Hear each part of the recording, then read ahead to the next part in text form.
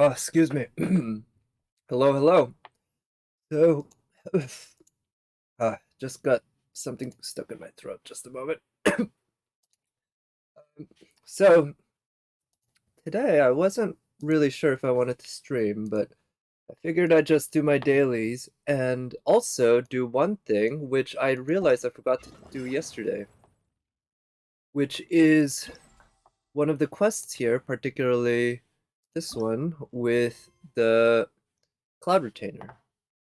But I'm gonna do that, but before I do that, let me do my artifact routes because those are good to do earlier on in the day. And I'm also gonna put on some music because yesterday we just stuck with the game music, and I think today with the more kind of casual stuff, I think some background music would be good. So let's go. I'm gonna start by going. Oh, I almost jumped down into that ore area. But rather than the ore area, I'll start by... Actually, while I'm here, I could go to the Cloud Retainer, but it is very easy to get there again. It's gonna take a very short time. Now, it seems that these haven't respawned yet. In that case, while I'm here, actually, let's just go to the Cloud Retainer, because I'll have to come back here again to talk to the Cloud Retainer, and I can make my way down to pick up some ores, but right now I'm actually prioritizing artifacts. These artifacts should respawn in an hour or less, from what I remember. I don't remember the exact time when I picked up the artifacts yesterday, but I don't think it was more than an hour later from now. There we go. Yep, this saves a lot of time. Interesting. Actually, for the cutscene, let me just put on the game music, just in case. I don't want to try to battle the music, my music, with the game audio. This isn't voiced? Oh. It's, even though it's, the cutscenes are set so that I can't rotate the camera, so it's kind of a... It's not a standard text cutscene, but there is no voice here.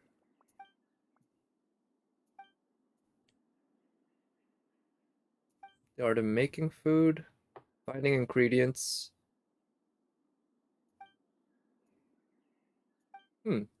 So we can get ingredients without having to pick them up.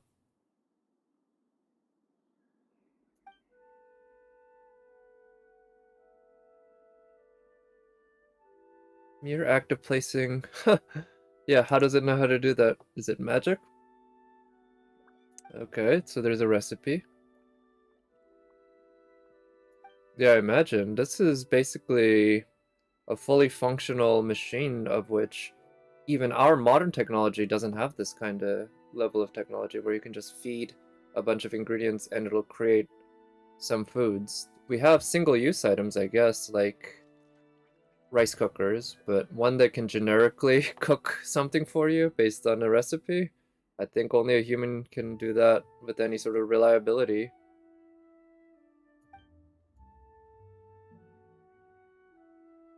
Yeah. So she's an engineer. That's interesting. She has interests that are beyond just whatever. You did it? Wait, what happened? I heard something about some thing being changed in the anniversary, but I have no idea actually what it was. Or actually, I think it was some sort of... No, I have some idea, maybe. It might have been one of the bundles. I think I heard that one of the bundles was changed, but I don't know the full details. But, okay, I guess that's good news if MiHoYo decided to bend. I don't know how much, and I don't know why. I imagine no one outside of MiHoYo will really know truly why. But I imagine the review bombing probably had an impact. You know, it's how do you say? It's like when a kid throws a tantrum and then you reward him or her. It's gonna just make her learn that next time, if I want to get my way, I just need to throw a tantrum again. But no, I guess well, we're not babies, and Miho is not our parents, and ultimately we gotta just try to extract as much fun out of them as we can, while they try to extract as much money out of us as they can. One of their bundles gave the wings and primos. Oh, okay, wings and primos. That's nice. But yeah, such is the nature, I guess. You play with fire, you sometimes get burnt, or you what is it? You reach for the heavens. Yeah, you sometimes get burnt by the sun. I don't think that's a saying, but that's obviously me referencing Icarus.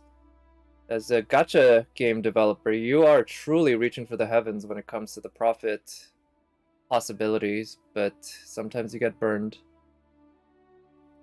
Whole food to be sliced into tiny threads. Yeah, adversarial. Yeah, I guess that's fairly accurate. We like to put a lot of... Ooh, can you repair? These are... Well, I was gonna say tofu and bamboo shoots are a vegetarian. Ham and fowl obviously aren't. Ganyu is a vegetarian. But yeah, we like to... I guess Mihoy has done a good job generally up until this point of being very friendly with the fan base. I feel like the types of stuff they say in their tweets and even the live streams show a sense of like understanding and empathy for the fan base, for the player base. But ultimately, that's just PR, right? But I will say good PR is better than bad PR in terms of that. Like, where if the PR is actually, it's clear that whoever's running it or at least signing off on the tweets at least seems to have some understanding of the player base and everything. I think that's a much better thing than when they are tone deaf, which they have been for the past week or so, I guess, or maybe even more. Supreme Cuisine Machine activate. Huh. So follow the aura trail and find the ingredients. So it seemed like it was this one, right? Or maybe it was this one. See, I see that there's a trail, much like if I were using the elemental sight, but it doesn't require an elemental sight. So they're just giving it to us pretty simply, but where's the next path? I thought this was gonna take me up. Oh, it does take me up. Okay, sure. But then what? Don't see the next step. Wonder if elemental sight doesn't help. Oh wait, I think I see. No, I was mistaken. I thought I saw something down there. So it looks like this points up, but then once I get up here, the next thing, so that's where I came from. Although, I wonder if the path is leading... Is it? Oh, wait. Is the smell pointed... It's direct in the direction where it goes rather than where it came from. Okay, yeah, that actually makes sense. I'm following the smell, I guess, so I need to follow it backwards, essentially. Okay, so that's where I was mistaken. Yeah, let's go this way. Looks like it's probably down on this little... I don't even know what these things are called. Plateau. Cylinder. Almost like an island, but it doesn't have water around other than by the ground. Ground level. Okay. Alright, so the Animo Slime's 8, huh?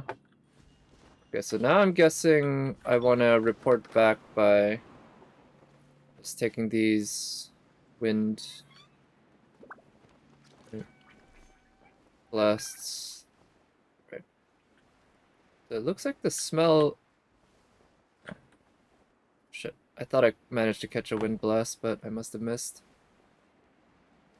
Okay, You know what? I think the fastest way is just gonna be teleporting. Yeah, so I remember that there is a wind blast basically right between the teleport waypoint and the cloud retainer, so it allows me to just basically immediately glide straight to her, saving a little bit of time. Okay.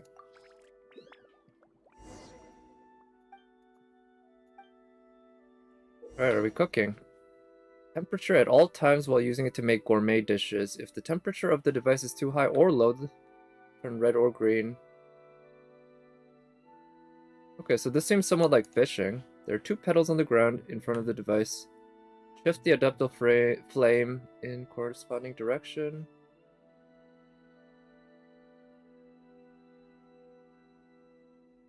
Alright, that seems simple enough.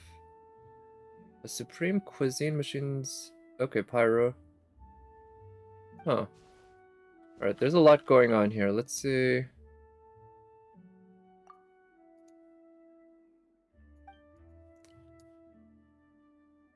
So she's had trouble with automating the flame. That's why we have to do it. Sure. So I wonder if we have to also use our own elemental abilities. Okay. To help keep these things heated. Okay. Oh shit. Didn't mean to stand on that. Alright, so we want to keep these generally high, I guess, until we switch to something else. Yeah, okay, so we can kind of just keep a chain going. I feel like so far the rate at which these things go down aren't too fast. Yeah, it's not too fast that it's hard to deal with. Now this we're gonna have to do 2 steps. I want to make this go up as high as I can first. Yeah, it's okay for it to be there for a couple seconds, basically, if it buys me a little bit more time. Because there's no loss there. One more tick. Okay, there we go. And now we have a lot more time, lot more room for error here, and we only have 23 seconds left, so doing alright. So this is so far incredibly simple. I don't know if they're going to have more complex versions, but I will say having to walk onto the platform to do this, not exactly a great user interface that I'm in love with, that's for sure. Alright, cool. We finished that. I wonder how many of these we'll have to do. Ooh, pudding. We have to give her all 3? We don't even get to keep 1?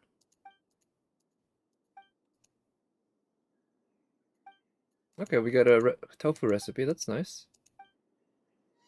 I wonder if we'll... Okay, that might just complete that entirety of that quest. It did. Okay, so it looks like we'll only have to do this 3 times total throughout the entire event. So that's not too big a deal. Let's buy this. Solar Pearl. Been meaning to purchase it. Let me turn off the music. Put on my music. And while I'm here, I'm gonna go to the ore area and mine some ores. So I guess that cloud retainer section was pretty short, way shorter than I expected. I thought there would be some more story involved, but I guess I don't mind too much. I don't like it when the story gets overlong and convoluted. And I'm not that interested in the cloud retainer to begin with. I think she's alright actually. I kind of like her, but I don't really feel like I need to know that much about her story. I think she's at her best when Ganyu is involved. I think Ganyu is super cute, dealing with her. Okay, freeze them. Then use Ganyu to kill them. In her human form. Oh yeah? You think... Well, so we would expect her to have a human form, but you think we'll ever see it if she Plus, she might have multiple human forms, right? I imagine an Adeptus like her, it's not that hard to come up with many human forms. But I like her voice. Yeah, she could be a good, attractive waifu. I wonder if and when Alice will be released as a playable character.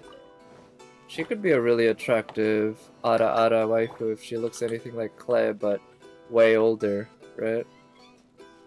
I imagine she's probably at least in her 30s, maybe more. You know, I don't mind if she's a little on the older side. But there was some leaked textures. Oh, really? I never knew about that for Top Retainer human form, though. No, I mean, I've seen enough of how well MiHoYo can do adult ladies, especially of Ara style, that I would have very high faith that a Cloud Retainer human character, human version, would be very nice. Alright, looks like I still need to wait for these, yeah, artifacts to respawn. So while that's happening, let me do my daily quests.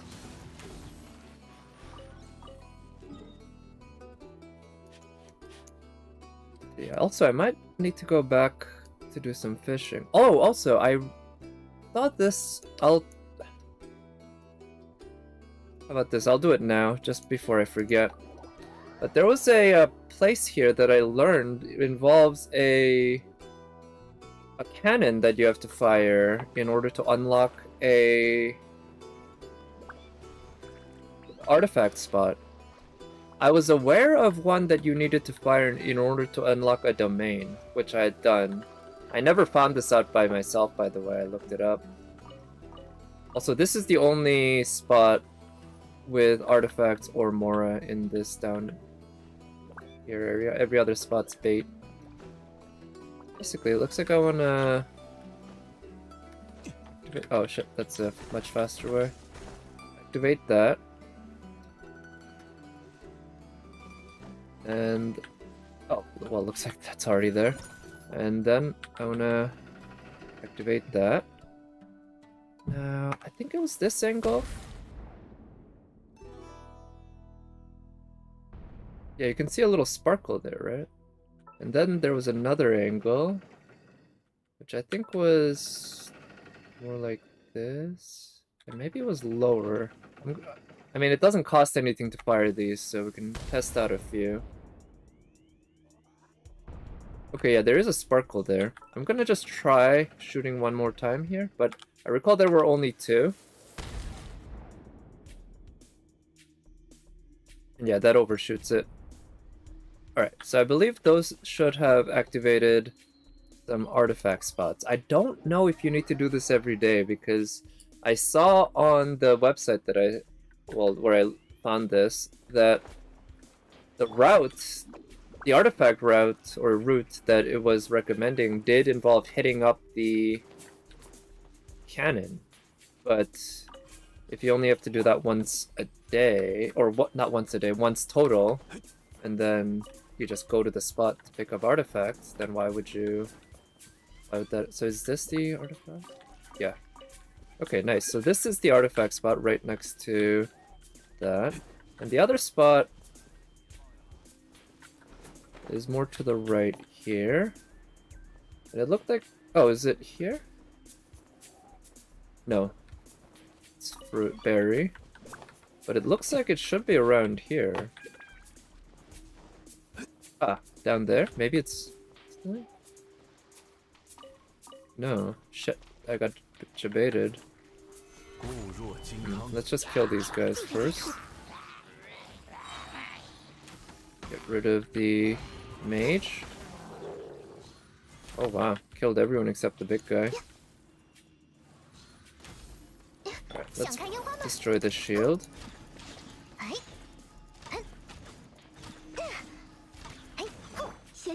There we go. Oh shit, I didn't get the charge shot fully charged. No crits. Alright, there we go. Actually critted. Yeah, so here, it looked like it should be somewhere around here, but let me see. Is it more up front? Oh, was it? No. So the cannon that I fired from was over here. Maybe it's over here, actually. Let me check if this is the island or structure. Oh, yeah, this might be it. I see. Oh, it's a weapon? Okay, the one on the left is a weapon, so that's bait. You don't want to go for that. But the one on the right is an artifact. So, best to pick that up. Alright. So, let's see what daily commissions we got today. I decided to switch over to... I'm gonna guess it's gonna be a weapon. Ah, not even a weapon. Shit.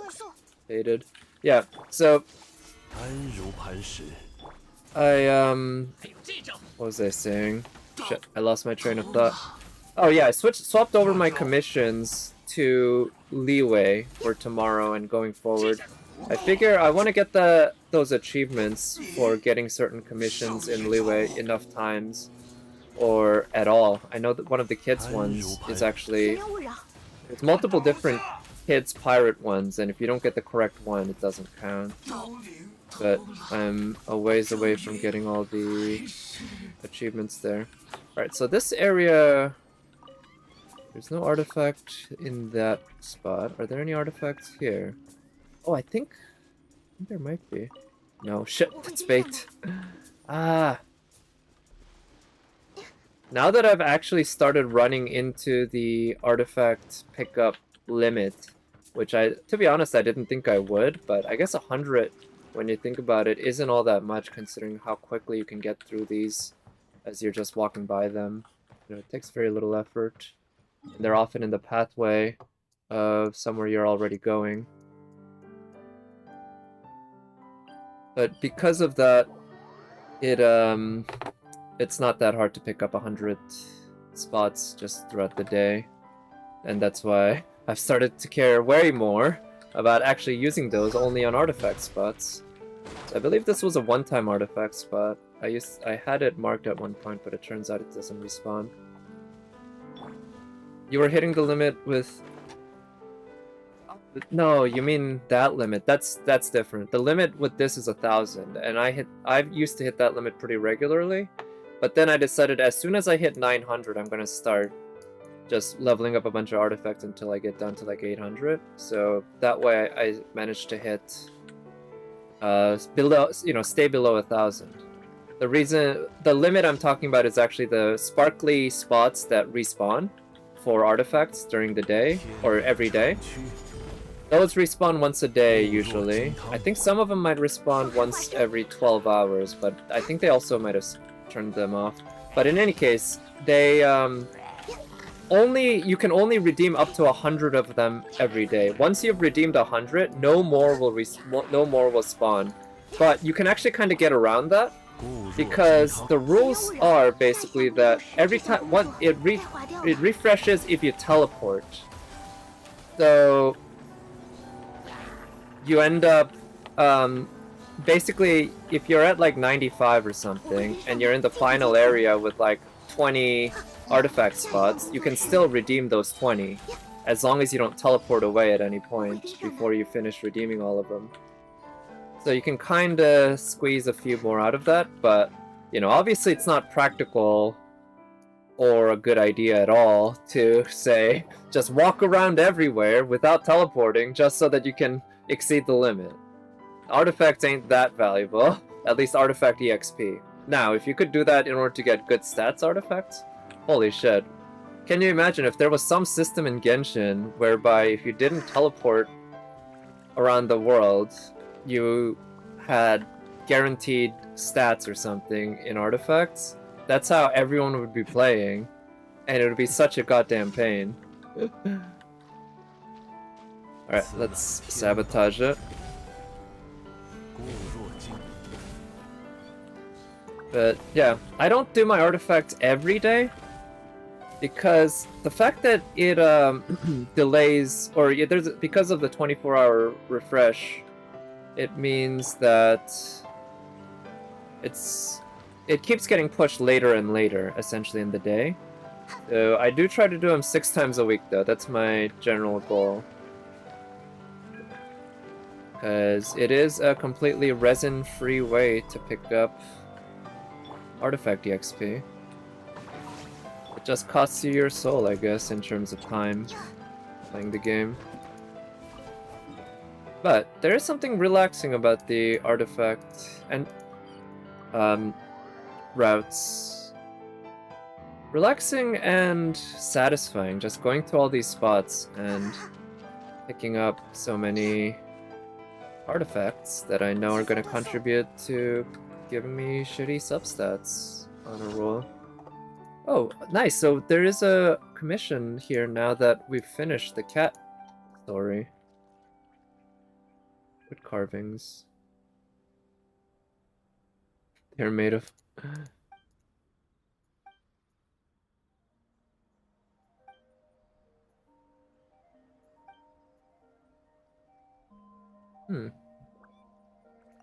So he wants some sort of lively picture representing the cat's movements, huh?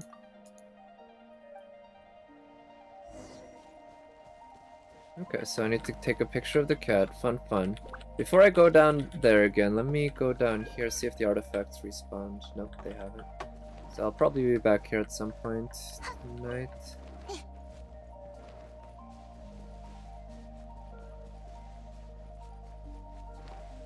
Okay, so I guess I need to take a picture from here.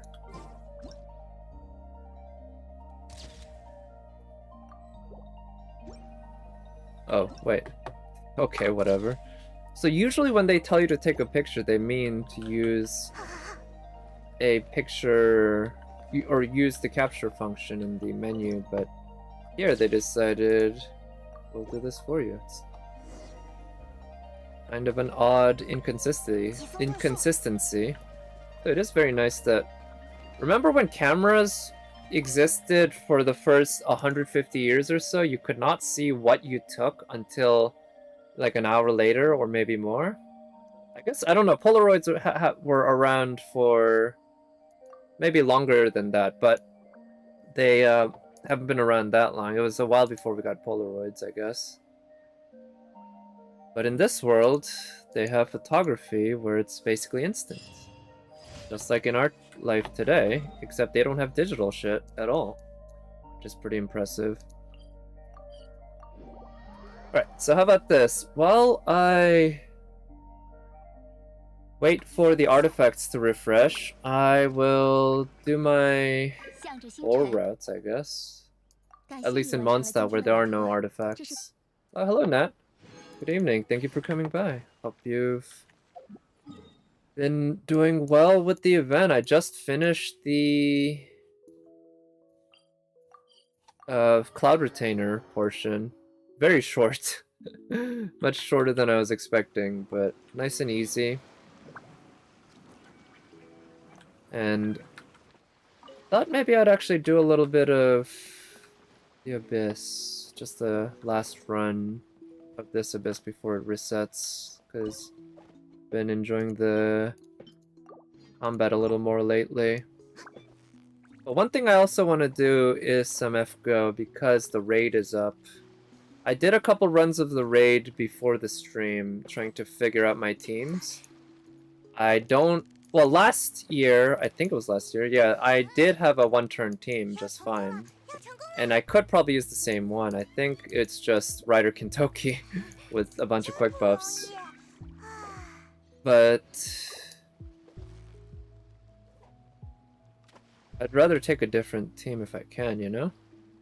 In the new rewards? So Evan told me about some new reward thingy that one of the packs that you could buy were now, at least the Primo Gems and the wings of it were gonna be given out for free. I guess they haven't been given out yet, but whatever. I mean, I won't complain about more free Primo Gems and wings. I don't even know what the wings look like, but they're probably not bad, right? Okay, let's see if the ores here have respawned. I'm never sure about the frequency with which these ores respawn. Alright, since I have an anime character now, let's just go there. The first part of the new ore? Oh yeah, is there are there more parts? Because if so, that's even better. Right? Because I was, you know, ready to accept whatever they gave us, including, you know, nothing new compared to what they'd already announced. I think it is what it is. Or it would have been what it would have been anyway. But if they want to give us even more shit, I ain't complaining, you know? But I did comment earlier, I'm not a huge fan of the review bombing and such, and I don't think it's so great that was what got the response, but at the same time, again, a response I feel was very warranted. I just don't know that the Genshin fan base is going to take any good lessons from this. At least any lessons that I would want. So I'm gonna just turn up the music a little bit, and let me actually skip this, because I remember we listened to this one last time I was listening to this playlist. They plan to sell us. Yeah, I heard it was $30. I think, yeah, I recall on Reddit or something they mentioned $30. But in any case, yeah. You run a predatory gacha game. But hey, that's also what you get when you play a predatory gacha game, right? Just, I guess, we should and do hold corporations to a higher standard than the average typical player, fan, etc. Let's see this.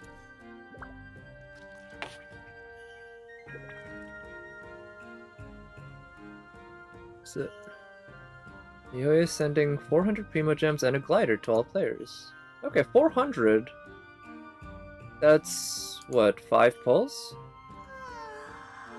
No, that's not even 2.5 pulls. 800 is 5 pulls, it's 2.5. Okay, 2.5, sure, why not? And the glider looks alright. I feel like that could look good on Sayu, actually. It's got a decent brown scheme.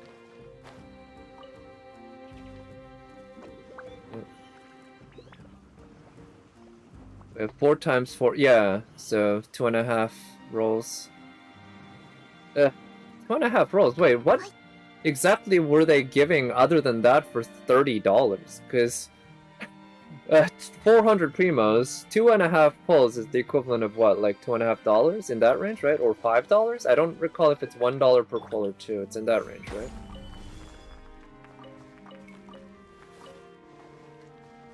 So basically you're getting the wings for like $25 or more. Plus whatever materials. In the comments it's on Ning? Okay, let me check that out after I get away from these enemies.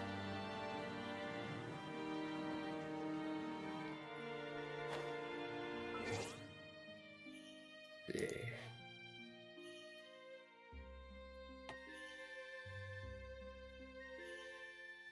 Got that here. Oh! Ooh! That's not bad. That definitely fits Ningguang pretty well, actually. Although the Liyue ones already look quite good on her, you know? Yeah. Actually, I don't remember which,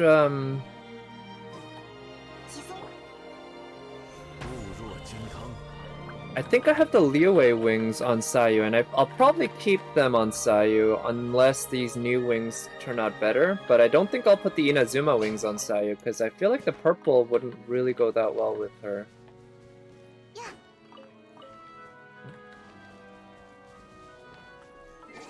Originally... Is that? Oh, so this was the original, like, purchase. Huh. Oh, you also get a backdrop. Oh, and also a lyre for your Serenity Teapot.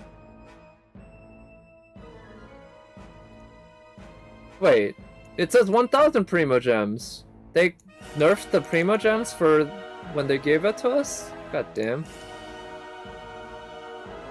But there doesn't seem to be anything else. No Mora or anything like that? Yeah. For me, anyway, it definitely doesn't seem like a good deal at all. Yeah. Yeah, Mihoi trying to bleed us dry and we trying to bleed them dry. Ultimately, yeah. Unfortunately, it's not one of those nice relationships where two parties are trying to suck each other dry. It doesn't quite work as well when they're trying to bleed us dry rather than suck each other dry. We have 4... Wait, we're getting 4 times 400? Isn't it just 1? But is it like each of the 4 rewards is gonna be... give us 400 primos each? Is that the idea? Because if so, I guess, you know, that's way better, yeah. That's another 10 pulls. But yeah, I guess at this point, nobody outside of MiHoYo actually knows. That's true.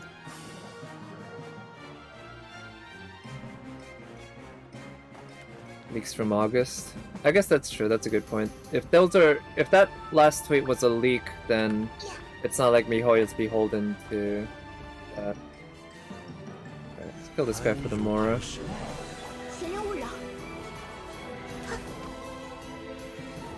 Yeah, it could be that in total they gave us 1,000 primos. It just seems weird to me if they're doing it that way. Why 4 separate rewards? Why not just one big bundle? It's not like this first set of rewards is it's not one thing, right? It's primos and wings. So they're already bundling 2 things together into this reward. Just bundle 8 things together and call it one big anniversary reward. Can't possibly take that much time and effort to figure out exactly what they're going to give us, right? I just feel like if they end up giving us, you know, an extra 20 Primo Gems or even an extra 100 Primo Gems, is that really going to affect their bottom line by that much? Is it... I just can't see it being that big of an issue that they would have to crunch numbers all day for today and tomorrow to figure out, can we really afford this? Yeah. Okay, these artifacts haven't respawned yet, so let's pick up the ore here. And then I'll do my, I'll spend my resin. And actually, so, let me think. I bought gold books so that I'll be able to ascend his talents. And I would like to crown her at some point, but not now. She uses gold as well. She uses light. Might be a good time to get one so that... Well, I actually have enough to... I don't think I actually want to level up her talents further at this point.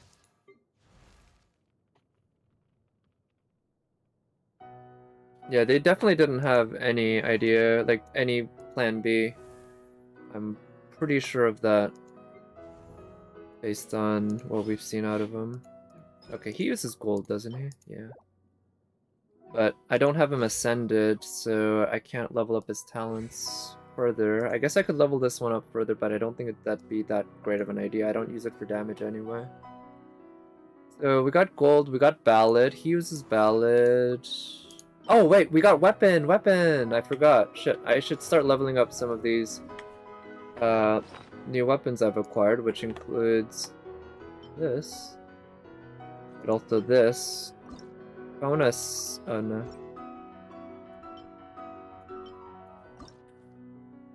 Teach those misers. Yeah, I'm pretty sure they won't make the same mistake twice. I'm sure they will make new and exciting mistakes, but not this one. Not the same way, anyway.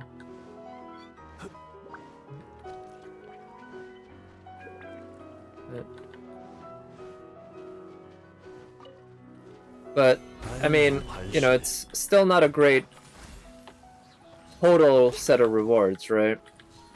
20 pulls ain't that much, but it is obviously twice as much as they were giving us. And I mean, 20 pulls at that point, you're hitting a decent number. And we'll have to keep going up from there in the future anniversaries. Is Thunder. So this is obviously not the right team. Again, you can take care of things super quickly. Maybe I should take Yoimiya, but Beto's not the right character to take.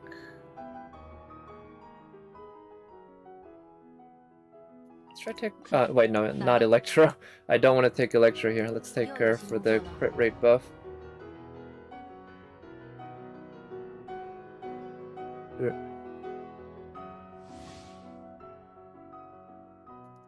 Doesn't have to keep going up at all?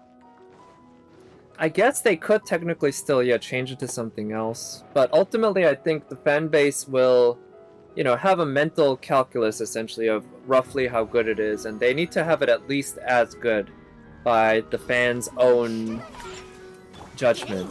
I feel like that's generally how a gacha game like this should work. I don't know if that's how they actually do work, because I don't have that much knowledge about gacha game industry and such, but that's the impression that I've gotten from players that I know of anyway. Okay. Use Yoimiya. Good. Got rid of her. Good. Okay. And then now let's use her burst. And let's use her E. Let's use her shield. Yeah, I'd love to get Rosaria's burst up, but I forgot this domain drains your energy for your burst. Okay, got her burst. Put up her shield and use Yoimiya. Okay, nice. I love sending enemies like the Sisson Mage just shooting up in the air. So satisfying. Okay, nice.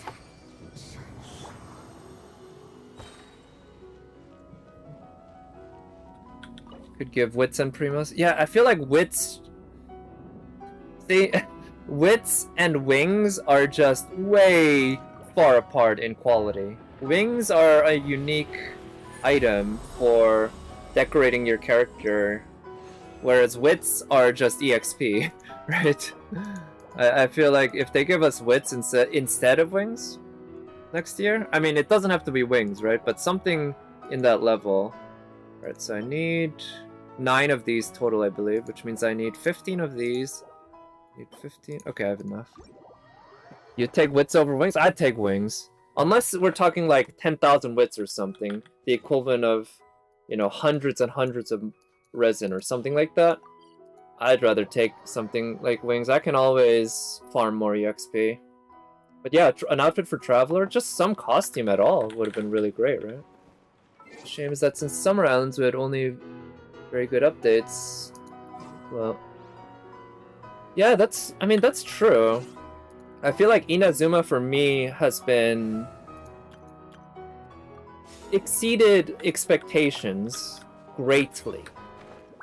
I'm not gonna say that I had particularly amazing expectations, but my expectations, I will say, were probably not low. Given the standards the MiHoYo has set, I was expecting something really good, and this was better. So, yeah, it really is a shame that the anniversary rewards kind of put a damper on things, but at the same time, when I think about the quality of the update, I feel overall pretty positive. Just, it's kind of like a bad aftertaste. I do like to keep thinking to myself, it's a free-to-play game. Yeah, the rewards are pretty measly for the anniversary and it's shitty compared to other gacha games, but at the end of the day, I'm playing this completely for free and I'm having a lot of fun with it, regardless of the rewards. Enough to take an 80 to 90? Yeah, that would be a lot, right? I don't recall how much resin it actually takes, but... Well, you look at my team, you see I've done that plenty of times. 90, 85... Which 80 to 85 is obviously way less than 85 to 90. 90? Oh, she hit 90 recently because I edged her from 89, but just using her for everything made her level up to 90. 89, 89, 85. Oh yeah, I want to send her 90, 89, 89. Yeah, I want to get her up to 90 eventually. Yeah. No, yeah, I'm not free to play, that's for sure. Did I say I was free to play? If I did, I must have misspoke. But yeah, I'm not free to play. Spend money on Welkin Moon and BP. That's it. But I don't think so. Wait. Actually, let me see. We can see the event here, right?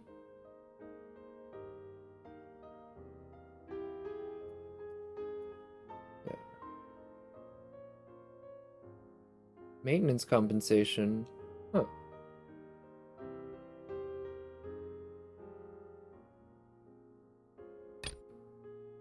Okay, that was something completely different. So I'm actually going to check what taking part in this event even means. If it involves pouring myself out, I'm just not going to do it. I'm not... Wait, no, this is... Wait, it's not complete? Oh. Oh, okay, so these must be the shots that you can discover at those purple pylon spots. There's a lot of beautiful stuff around here. I definitely feel like I should choose something in Inazuma because I do love it so much. But there's no shortage of fantastic, beautiful sceneries. Like, I love Mondstadt. Out of all the countries, I feel like Mondstadt might be the most pleasant to live in, even if it's a little cold compared to Liyue. I like the greenery. Green scenery really speaks to me. But Inazuma has just a certain beauty that it's hard to deny. The purple, it's cliche, but it really gives kind of a regal look to everything. One's still your favorite? City layout. I haven't thought too much about it, but I think you're right. In terms of the distance between things, the only thing I'll complain about is the... what is it? Reputation section. But it's not like the reputation section's not that... It's not that great in other cities either, right?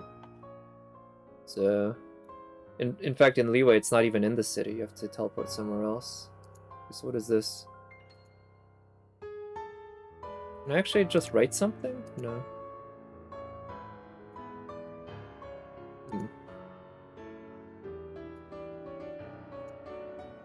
Okay, these are really terrible.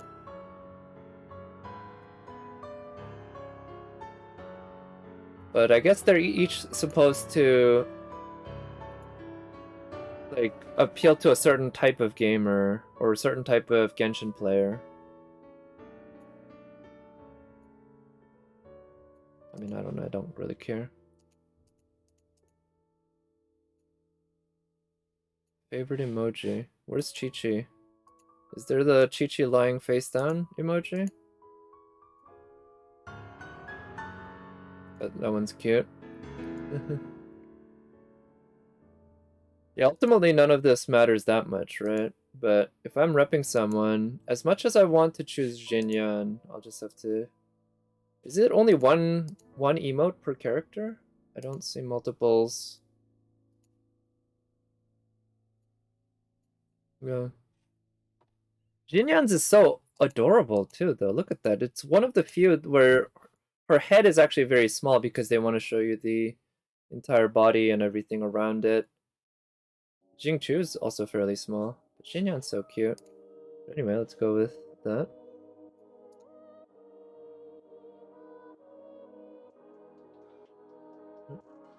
You like Kokomi? I'll have to check on that. But, okay, so I share the work. Does that mean it's just generating a link? Yeah. Okay. Okay, I guess I don't mind that then. If I just have to copy the link and they'll consider that an entry, that's perfectly fine with me. If they were gonna make me post on Netflix or not Netflix, why did I say Netflix? On Facebook or some shit like that, I would have just refused. Yeah, Inazuma, the smithy being so far away is such a pain. I like the fact that in Mondstadt the smithy is right next to, as well as Liyue, of course, the smithy's right next to Catherine. Yeah, the thing... Actually, I might like Liyue better. I really love the fact that in Liyue the... what is it? Alchemy table is right next to the teleport waypoint, and there's no guy who will catch your F when you try to activate it. And it's fairly simple to go to Catherine and the blacksmith from there. Because I like to use Sayu and roll with her, and that makes it fairly fast. In Mondstadt you have to jump over something. Actually, once you do one jump over the fence, you can use Sayu to go all the way.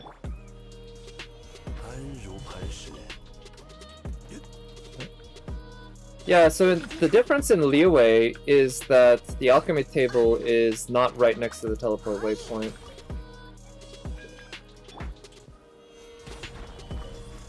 But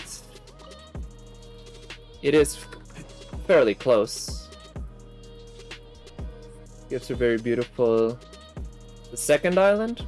What do you mean by the second island? You mean the one with the broken down power plant or something? I don't know if that's the right way to put it, but the one with Xavier, where we kept doing shit for him. Okay, I'm gonna check if these artifacts respawn. Chef or signboard. Oh, yeah, I know what you mean, yeah. Yeah, the one right across from Catherine, right? One kind of next to the alchemy table. Yeah, there's a signboard where it's like... It was something like day 1, the drinks are good, the day 2 drinks are good, day 3 drinks are great. Or something like that. But there's a signboard next to the cooking area stove where it's very easy to just accidentally click it. Very poorly designed. But yeah, I kind of liked Xavier's Island personally. I won't say it was pretty. It's one of the less aesthetically pleasing islands in Inazuma, or it's probably the least aesthetically pleasing island. But I did like the stuff on the inside, and it's one of the best islands for artifacts, right? So there's that.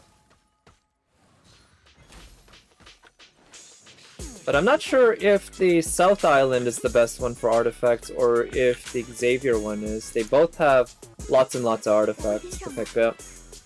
I feel like the boat in the South Island might be the top.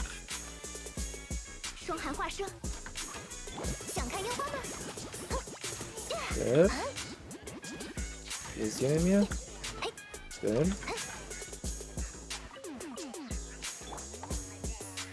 Compared to the two new island, yeah, I guess you're right, you are right. It is just not as good as the others, and that's mainly because the bar was set so high.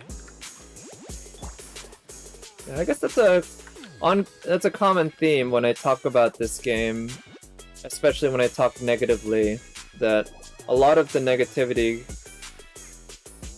is kind of just making a big deal about, relatively speaking, minor things. Not all, some of them are major, but a lot of them can be, relatively speaking, minor things that really stand out in a large part because of how damn good this game is, for the most part. For almost all of the parts that matter.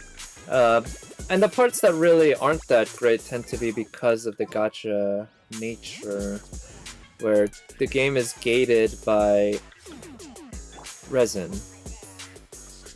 and there's layers and layers of RNG in the end game that make you keep coming back for more. I do wish... I saw this video the other day by Mtash. I never really watched Mtash. I remember when Genshin first started out, I saw that he put out some videos on YouTube. I never heard of the guy before that, and I checked some of them out. I thought they were alright. And then I saw a video where he... like, he's quitting being non-free-to-play, which seemed pretty cool. But I wasn't sure how genuine this guy was. To be honest, a lot of it looked like an act to me about him feeling like awful about being somebody who people watched like pulling and spending money in the game, and he doesn't like the idea of other people spending money in the game because they were inspired by him. But anyway, after that I just kind of ignored him for a while, and then recently he put out a video about the anniversary, and about complaining about many things, not just the anniversary, but one of the things he complained about, which I thought was pretty legit, was the fact that there is pretty little to do in endgame other than artifact farming, and it doesn't spend a whole lot of time, and it would be super nice if this game had some sort of real legit endgame system other than the Abyss, one that really you can sink your teeth into and spend a lot of time. And the artifacts are that, right? That's really what those are, but that only goes so far. It's fairly monotonous, and it becomes more of a chore than anything at some point. And there are the events, right? But even that, you know, has its limitations. So I kind of get it, but I'm still not sure what MiHoYo could do to still keep the Genshin game being this whole gacha system. And you need to have people spend money in order to play your game. That's sort of how a lot of it works. Where you can't just let people upgrade their characters at least for free, or have too much fun for free. You need people to spend money on Genesis crystals so that they can use them for Primo Gems, for resin and shit.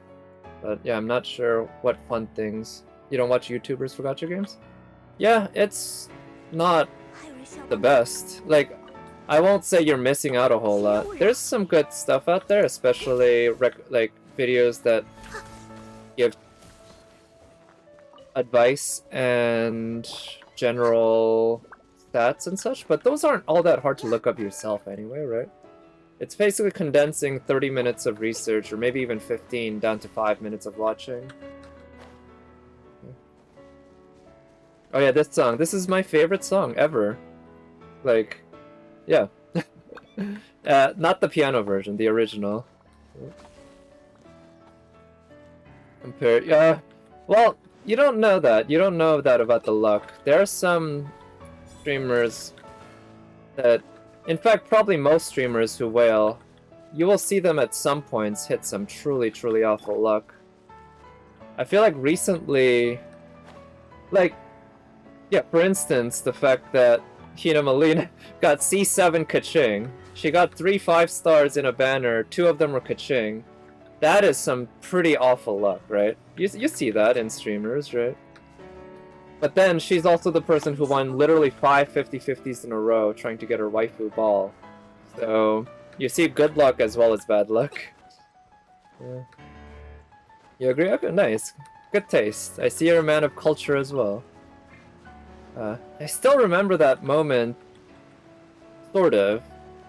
You know, I don't remember exactly like what I was doing, but I remember the feeling of when I finished the first episode of Bakemonogatari. This was back when it was airing. Only the first episode was ever out at the time. We didn't really know what to expect. I didn't know about the light novels. But that ending theme, that from the very start, I just remember being quite awestruck by how beautiful it was. And I thought, like, this feels familiar. Like I'd heard it before. Did I hear it somewhere before? And I looked it up and I realized, no, I couldn't have. This is a new song that they wrote for the... well, maybe they didn't write for the anime, I'm not sure. But it was written along with the anime and everything. So this was a brand new song, and turned out to be just something that resonated with me very well. Because when it comes to taste in things like music, I guess you can talk about good and bad music. Certainly, I think there is some quality to certain music that's good and others that's not good.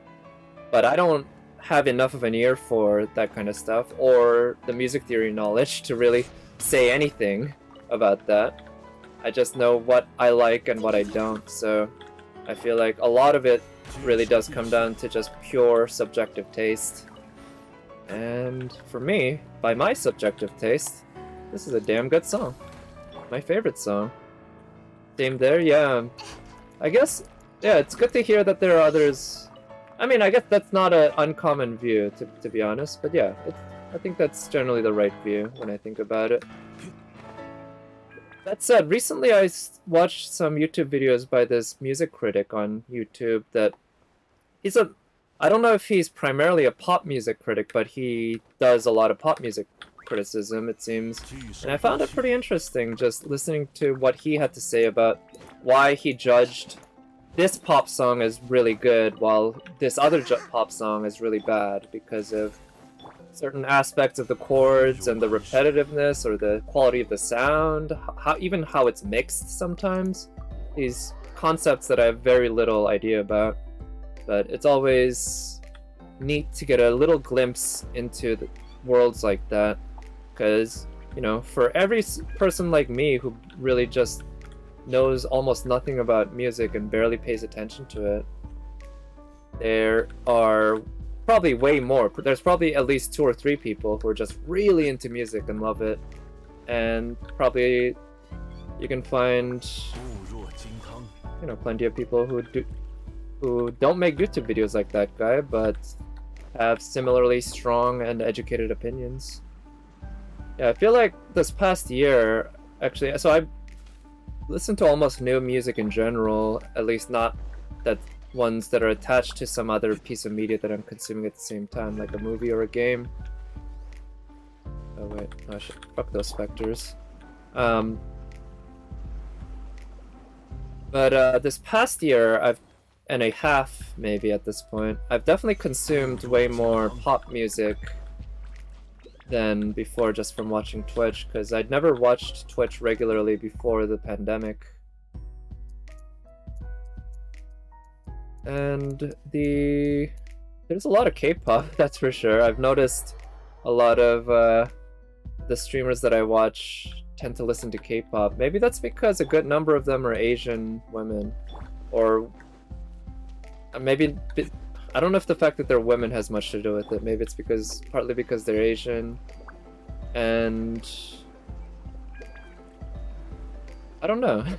Yeah, like, okay, I didn't these haven't respawned yet. Shit, still waiting for them to respawn. In that case, let me go to my Serenity Teapot and what is it? Ascend that one fish. In recent years, more and more importance in games that you play? Yeah, so you feel like as you've kept playing games and such, or paid more attention, that you found the music is a bigger impact than before? Yeah, I wonder. I feel like, at least with Genshin for me, I've noticed the game music more than I might have for a kind of a simple, you know, classical background music like this. I think part of that speaks to the quality of the Genshin music.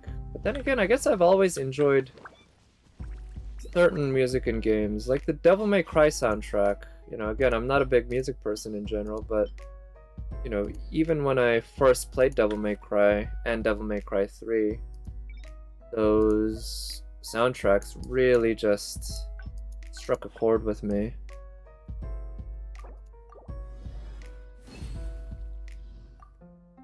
So I guess there's just a little bit of taste.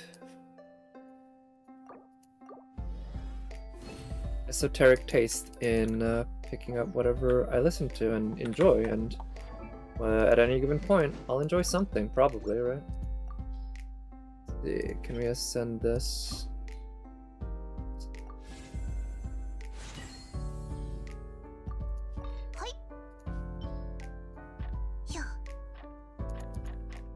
Here.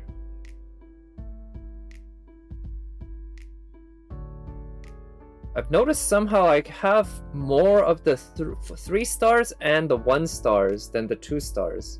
Not 100% sure why, because generally when I make these pieces, make these EXP, I make the 3 stars and the 2 stars. So 1 stars must be just from picking them up, not really using them. Yeah, Nier and Final Fantasy series. Yeah, that's definitely true. Certainly, I'm familiar with Final Fantasy series and just how important music has been for that. But Nier, basically, JRPGs in general, I feel like they tend to have a very set a high standard for the quality of music that you should expect from them. Yeah, Deluxe Weapon. I've been thinking, I don't know who I would want to use that on. But it could work on Diluc, because Diluc doesn't necessarily need crit rates. And instead I could put that on... put the current crit rate weapon on... not her, but actually speaking of her, I should see this weapon. Oh, oh shit, I need so many of these.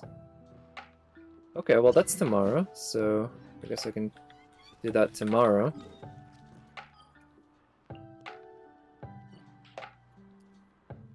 Let's see. I don't need gold books. I don't really need ballad books. I don't really need light books. I could use more gold books actually, because I am planning on crowning Beto. But let's try using Diluc with the fish.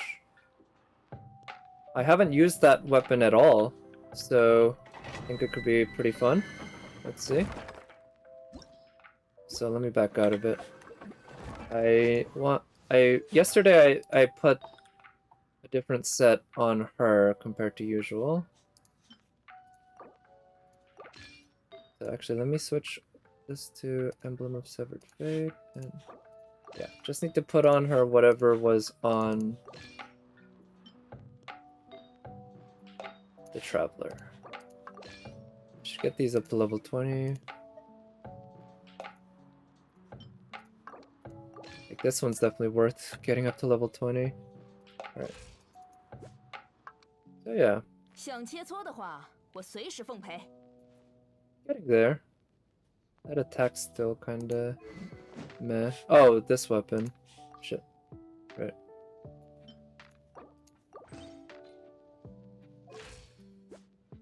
Okay, the attack's way better. Not crazy better, but definitely better. And better ER. But the crit rate and crit damage... But what I figured I'd do is do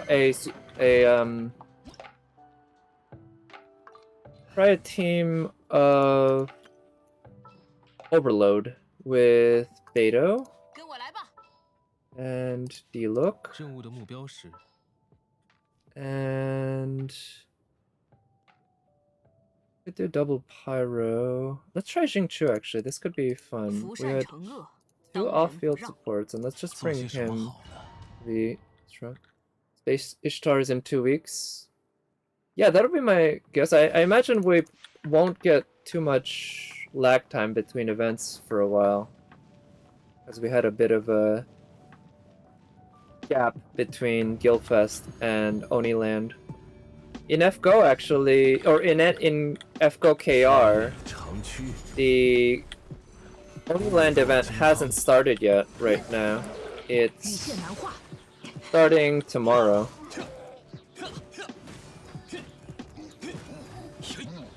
So that meant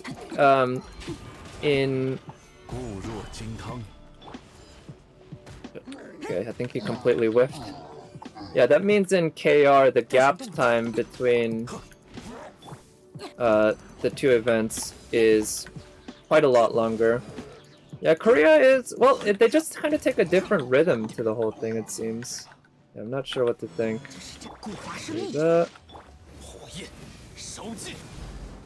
So they haven't actually slowed down per se. They go at roughly the same rate as NA. It's just sometimes they're faster, sometimes they're slower. This past time they just happen to be a little slower. But it's not that big a difference. I've mentioned before, they tend to be about 1 week ahead of or behind FGO and NA.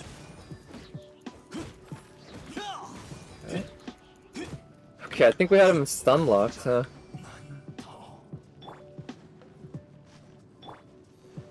Same thing as in JP. Yeah, so Evan said, you said that that was gonna be next year they'll skip the Corona year, right? Or basically make us go through it fast. Yeah, when they started, they were going incredibly fast. So at the beginning of the game, in the first few,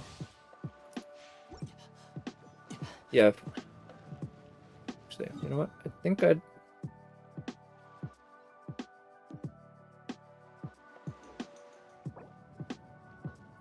Not sure what I'd want to spend resin on. I just have one more run to do, and I guess I can always use more gold books because I'm playing on crowning beta at least once, if not twice.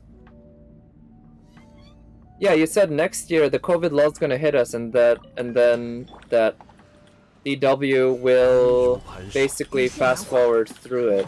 So we'll see. Unless you change your mind, which I guess you're allowed to do. But I remember you said you predicted that. Okay, put up that shield. Use his burst. Oh shit, I just realized I forgot to put the tuna on D-Look. Alright, let's use it on D-Look on some world enemies then. Okay.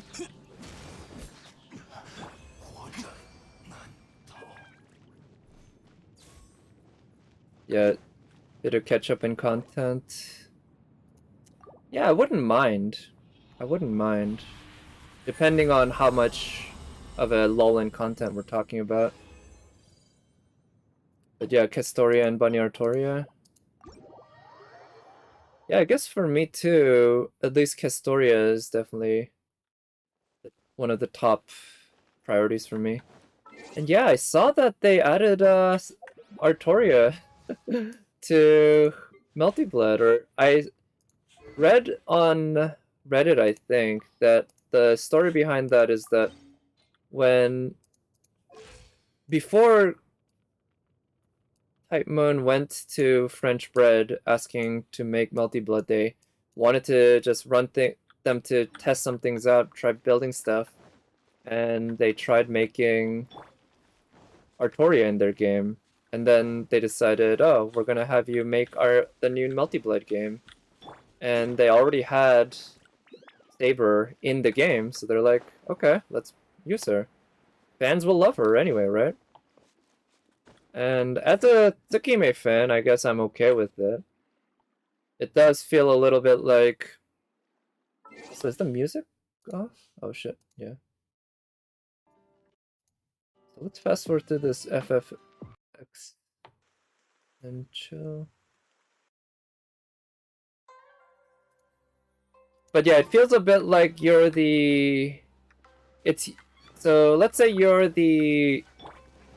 were adopted into this family, you're the stepchild, and unfortunately you're not really well loved. But today's your birthday, and you want to celebrate, but then all of a sudden, your step-parents bring out their favorite older child, and show him off, or her, to everyone as, look at what a great kid this is, and like, brag about them in front of you, even though it's your birthday.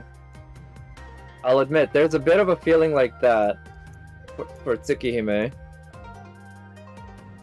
Younger child. Oh, that makes more sense. Yeah, if you're the older child. Melty Blood. Oh yeah, I figure I might try to stream Multi-Blood tomorrow. Yeah, I'd like to play it, and I'd like to stream it. So I think there's some artifacts around here that I haven't. Yeah, Tsukime is the older child, right? Kara no Kyokai is the even older than that, the oldest child. And then Tsukime, and then Fate. So it's like your parents are showing off their favorite youngest child. Beat Saber with Arcade, I guess so. And we'll see that Shiki can kill servants, right? So I heard that there is a Tanuki here. I see. That's what the artifact is for. Okay, where does the Tanuki go to? I feel like I actually encountered this Tanuki before, but oh, it goes down here. Saber looks good in the game. Okay, yeah, I'm definitely gonna play her and enjoy her, right? It's not like I mind that, oh no, they put extra content in the game and there's a whole other player that I can play as, or a whole other character I can play as. That's so awful. I'm not gonna complain about that. So, that should be fun, playing as her. As well as all the other characters, right? So where did the Tanuki go? Oh, it's down here. Okay, good.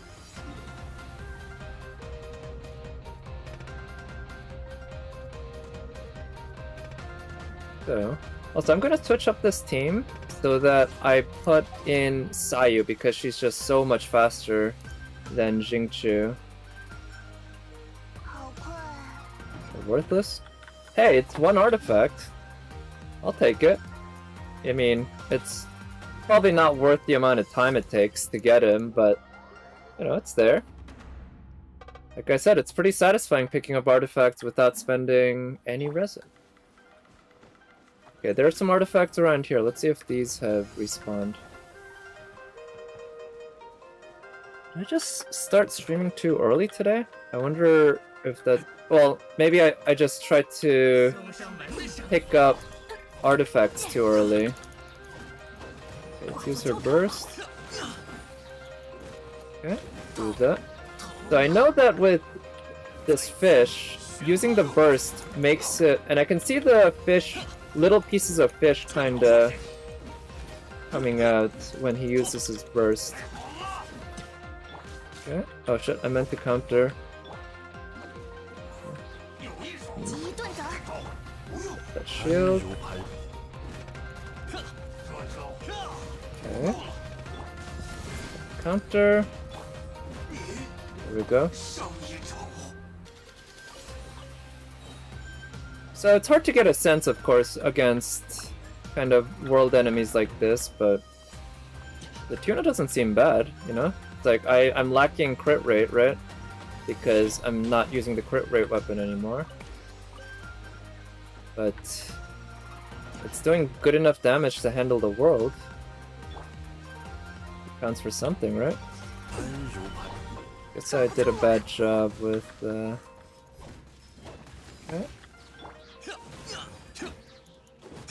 Healing. Okay, let's do that. Okay, got that. And that.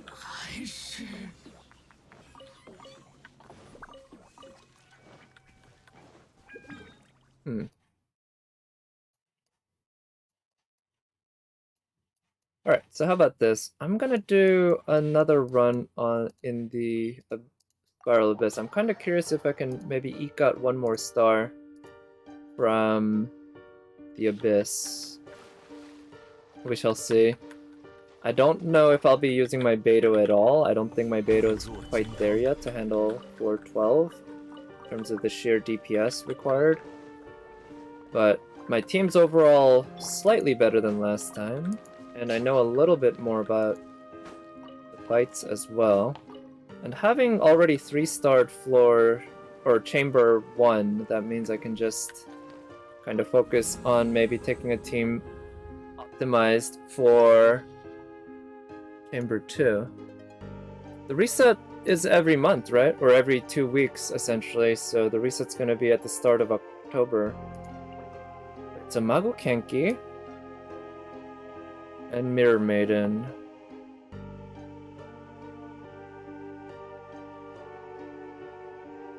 I kind of want to take a Pyro to deal with the Sisson Mage, but I feel like I also might be able to manage without it.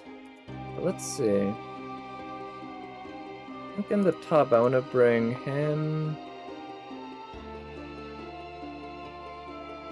I want another healer.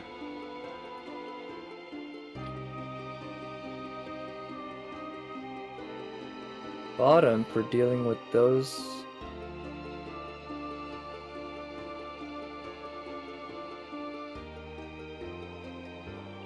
So yeah, let's try that. I really not sure what to expect, but I kind of like taking melee users against Mago Kenki.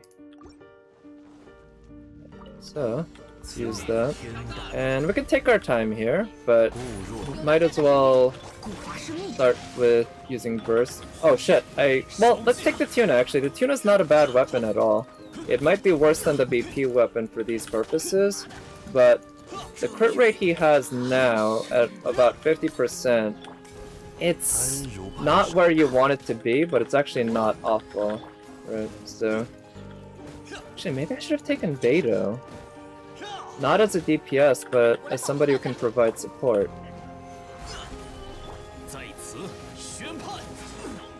Okay. I need to use Jingchu's E soon. It's off cooldown already. Go. Let's use his burst.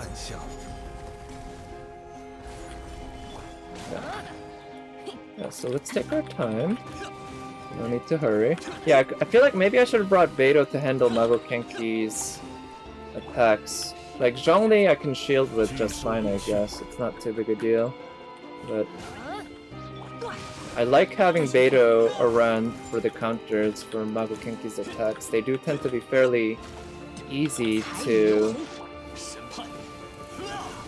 anticipate and counter, so you can get a decent amount of damage out of them. Let's use his burst. Refresh that shield. Use his burst. Ready. And try to do damage with Helook. Yeah, I actually think 3-starring floor 12 is kind of not gonna happen with this, because I don't think I'm doing enough damage to get through Mago Kenki fast enough. Yeah. You know, at least with Mago Kenki it's just one guy, so I don't have to go chasing around enemies, but still, in terms of pure DPS level, I don't think we're there. But Helook's energy costs for his burst is fairly low, so I don't really regret using his burst there. But yeah, I'll have to think about that, because when using this fish, the nice thing is using his burst means I get an attack buff, so ideally I'd be using it quite a lot during the Abyss, where speed matters. Although they don't matter much here. On this chamber that I've already 3-starred. Okay, everyone had their bursts up, and everyone had their HP at max, so that works out. Okay, I feel like these specters are actually more annoying than the big guy in a lot of ways. Okay. Can I actually reduce their defense to cryo by... So how did I even get hurt there? By using Venti, even though they're invulnerable to anima? Maybe.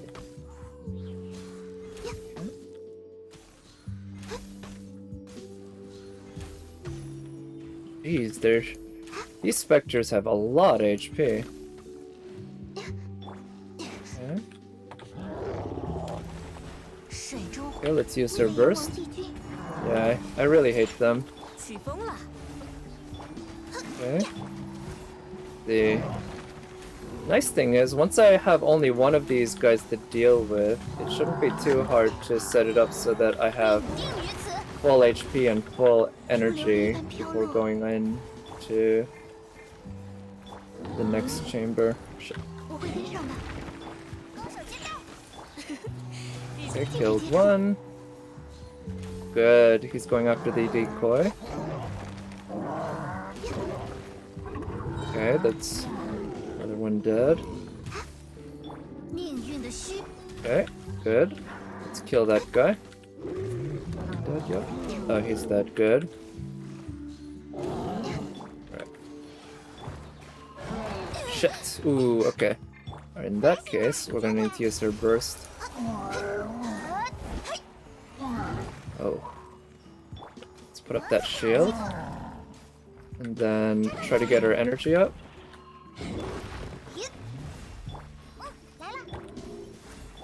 Get her energy up. Good. Nice. Alright, everyone's got their energies up. I think everyone's at max HP. Alright, Chamber 1 done. Now let's actually try to focus and do Chamber 2 really well. I don't know how well this is gonna go, but let's... Ooh, burst cooldown. No, if it was 20% less energy cost, that would be one thing. But the time cooldown's just not that worth it. Alright. So, start by putting up his shield. And do that, that, and that. Okay, and hope that Zhongli's shield can survive. Okay, doing okay damage, I guess, but that's during the setup when I had my bursts going and such. So, you know, without that, it's kind of more of an issue. Okay, come on. Oh shit! Still a ways away from getting his burst up, I guess, or his E back. Use his burst. Use his E, refresh that shield, use his burst, and go to town with Diluc. Yeah, I'm definitely not 3-starring this. Not with this team. I'm just not doing damage fast enough. I guess, I don't know. My Jingqiu having ER issues, I think that's one big thing. I can't use his burst often enough. Right? Like... I need to be able to use his burst more often. Burst that shield in order to provide the hydro that I need for doing lots of melt damage. Because I am doing lots of damage when I have Jingqiu's burst up and Diluc going off on it with... Okay, so because I can't get Jingqiu's burst up that often, I need to not save his burst, or Bennett's burst, for when it's off cooldown so that I can take advantage of it. It's actually not that important. I'd rather use Bennett's burst as often as possible so that I get the advantage of the buff and everything. Does my Yoimiya do less damage? I'm actually not sure. It's probably pretty similar. Yeah, probably pretty similar. It's just for Mago Kenki, I actually tend to prefer melee versus that. But the way Yoimiya plays is actually fairly close to how a melee user plays. But yeah, you can see that I'm not gonna 3-star it on this run, but let's see how fast I could potentially do this. Okay. Do that. And that. Use that. Okay. Got her. Don't know how quickly I can kill this lady. She is pretty damn tanky. They all are, I guess. Use that burst, use that shield, and use her burst. And yeah, I want to kill this lady before she can shield up, basically. And part of that means killing the distance, I guess. Okay. Use the burst. And do that. Oh shit. Okay. Didn't shield up properly.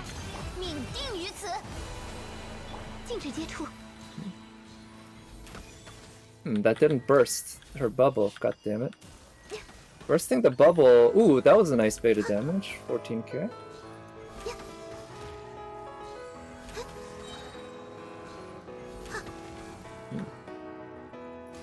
So I feel like I could do a little better. Let me at least try this chamber one more time. I feel like I think, first of all, these aren't such great options, but in any case, I think I might be able to... No, I don't think I'll be able to 3-star it, but I think I can get a better time anyway. So let's try that. So we want to start things off. If I want to do the rotation properly, I guess, I should wait, because there's no need to put up the shield until he's actually... oh shit, that's not what I meant to do. Retry. Or Eula... Yeah, I imagine Ayaka and Eula, they're both, in terms of the burst damage that they can do, it's just absolutely nuts, right? And keeping the enemy frozen. I should try to do the freeze comp a little better. I feel like I don't keep the enemies frozen quite as well. Alright, so here's what we're gonna do. Use his shield, put up that burst, use that burst, and do that. Let's save Zhongli's burst for some other time. We have Zhongli's shield ready to go, so we'll make sure to use that. And just do as much damage as possible while Jingchu's burst is up. Oh shit, that was bad timing. Okay. Okay, let's use his burst. Maybe I should learn to use his burst defensively, basically just for the iframes. Is that burst? Oh, I should have used Bennett's burst before I used the Luke's burst. That's definitely a factor. Oh shit. Use that burst. I needed to use that defensively. Got vaporize. Good. Keep going to town on him. That shield. Refresh that shield. It's what you lack, a character with a very powerful burst. Yeah, I think so. I think you're right. That's... You know, without Ganyu, basically my account lacks a second, like, major, huge, big PP damage DPS. I can do good damage, but, like, I guess Zhongli is a good candidate, for instance, right? Because his burst can do, like, stupid damage if you build him right. It's just I didn't particularly feel like building him right. Like, the amount of effort it would take to get the crit and all that proper, it just didn't seem worth it. Oh shit, I'm gonna get hurt. Okay, put that shield. Okay, use that. So I feel like I'm doing somewhat better than last time, but not by much, to be honest. Pretty similar. And I do think Jingchu is probably part of it. He's not... His ER is just not there, so I can't get his buff, his burst going often enough to do the damage that I need. Okay. I think I can do it with 6 minutes remaining, probably. I wonder, can I kill this Mirror Maiden first? Because the Mirror Maiden can also be super annoying. Maybe just getting rid of her first and not having to deal with all her AoE attacks is the better option. Oh shit. Okay. And let's use that. So, did you know that you can catch the Mirror Maiden in Venti's burst? As long as you don't get hit by her, one of her attacks that leaves a flower mark on you, or like a star mark, you are able to manipulate her in the air, toss her in the air and all that. And that's one big reason why sometimes quite often, actually. I avoid getting hit by those. Or at least I make an active effort to. God damn. Yikes. Alright. Yeah, the Hydro plus Cryo is obviously a very annoying combination. Put up that shield. A 200 ER Jingchu. Yeah, that'll be good. You know, I've been rolling my Noblesse pieces essentially. Trying to get the pieces, because I do want the 2-piece Noblesse at least. Maybe 2-piece Noblesse and 2-piece Emblem, but Emblem, getting good Emblem pieces, of course, that's the eternal struggle right now for me. Because I'm really trying to get a 4-piece Emblem working on my Beidou. But if I could get a timepiece basically with ER and main stat for Noblesse. Let me leave for now and do my artifacts. Yeah, I think that'll be good. Let me actually check how my Xingqiu is built. Yeah, that crit rate goes up thanks to his weapon, which provides a 28% crit rate buff. But it is a 3-star weapon, and I lack any 4-star weapons that have ER other than the Festering Desire. So yeah, the one issue that I have here is that my timepiece is a Hydro, right? It's attack, and I don't really feel like farming Heart of Depth more.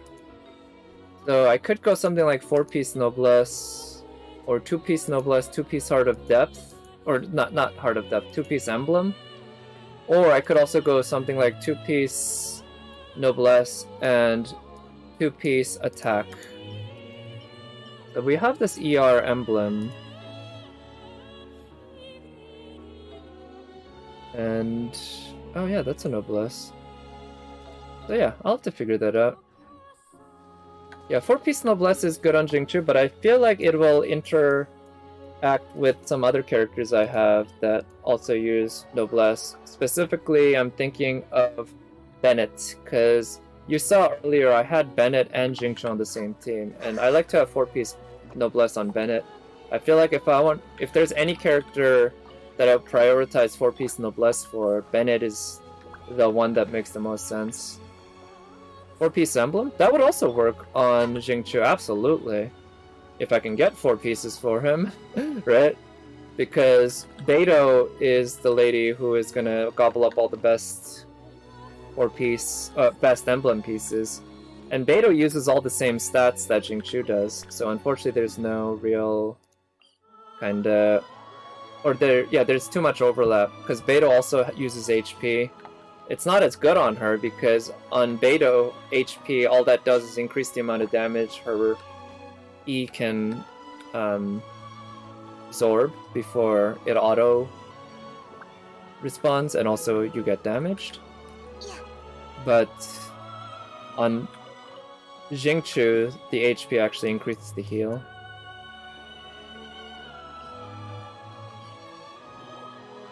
Better for burst DPS Jingqiu.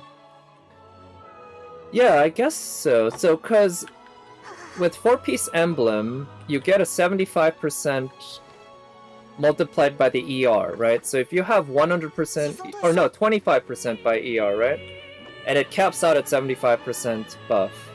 So that means if you have 200% ER, you're getting a 50% buff on the burst, which is better than the 20% buff from the Noblesse 2-piece, right? The only problem is it might be much easier to find 2 good Emblem pieces and 2 good Noblesse pieces than 4 good Emblem pieces.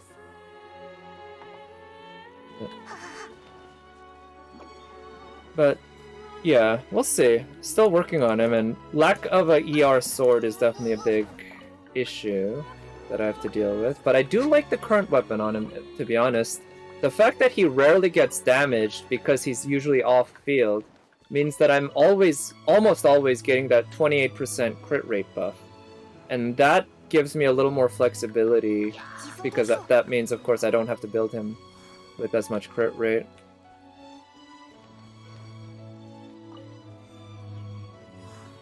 Yeah. But I don't know what would be... Like, I feel like a crit rate or a crit damage circlet probably makes the most sense on him. But if I use his current weapon, maybe I can get enough crit rate from substats. Don't I have several ER swords? I do have 3-star. So if you want to say ER, I have this, Festering Desire, but you can see that's on Bennett. That's not ER, that's not ER, that's not ER. This one, Skyrider's Sword. But it's a 3-star. And the passive is basically useless, because I'm not using Jingchu right after I burst. I'm using somebody else. I don't want to use him because I can't do reactions with him, right? So I don't think this is a great option. This one has higher attack, even at a lower level, and the crit damage and crit rate I feel like are overall more helpful. And given my options, I think what I have to do is get better ER from artifacts. I don't believe there's a craftable ER sword. I know there's a craftable defense sword, a craftable physical damage sword, and a craftable EM sword. I believe the new Inazuma sword is EM.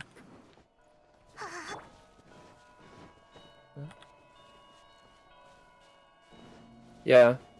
I really want to get the sack sword, believe me. I really want to get the sack sword. And I have Chi-Chi. I love Chi-Chi, but I would rather use the sack sword on Jingchu. But sadly, I don't even have the Favonius sword, much less the sack sword.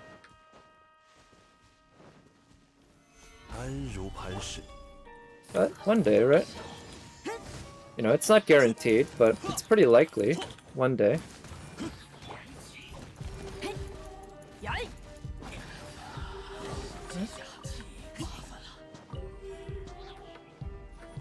Yeah, Favonius would definitely be nice just for the extra ER. Even if... So I know the Favonius probably... The energy...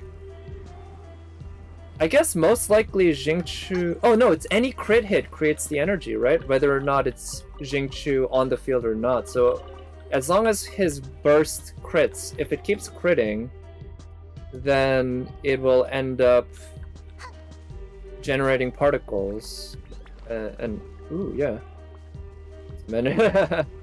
On the weapon banner. Never. You're never gonna get me to pull on the weapon banner. Maybe not never. Only if I will never spend my own money or own primos that I got. And I don't want anyone to ever give me primos or Genesis crystals. Like, you know, that's not something I want to happen. I don't want people to donate to me, subscribe to me or whatever. Don't. Like, you should spend your money on worthwhile endeavors, so don't do that. And barring that, I'm definitely never spending any primos on... Oh shit, this one's bait, I forgot. On the weapon banner. Really good 4-piece emblem on Jingchu. Yeah, 4-piece emblem would definitely work, I agree. But I do think, you know, in the meanwhile, 2-piece emblem, 2-piece noblesse might be what I'll try to form on him. I could even get by with 2-piece gladiator, 2-piece emblem, but that's obviously not ideal. The buff you're getting is only 18%, and it's additive with attack instead of... Actually, I do not know exactly how the math works in Genshin. I know how generally it works in FGO with multiplicative and stuff, right?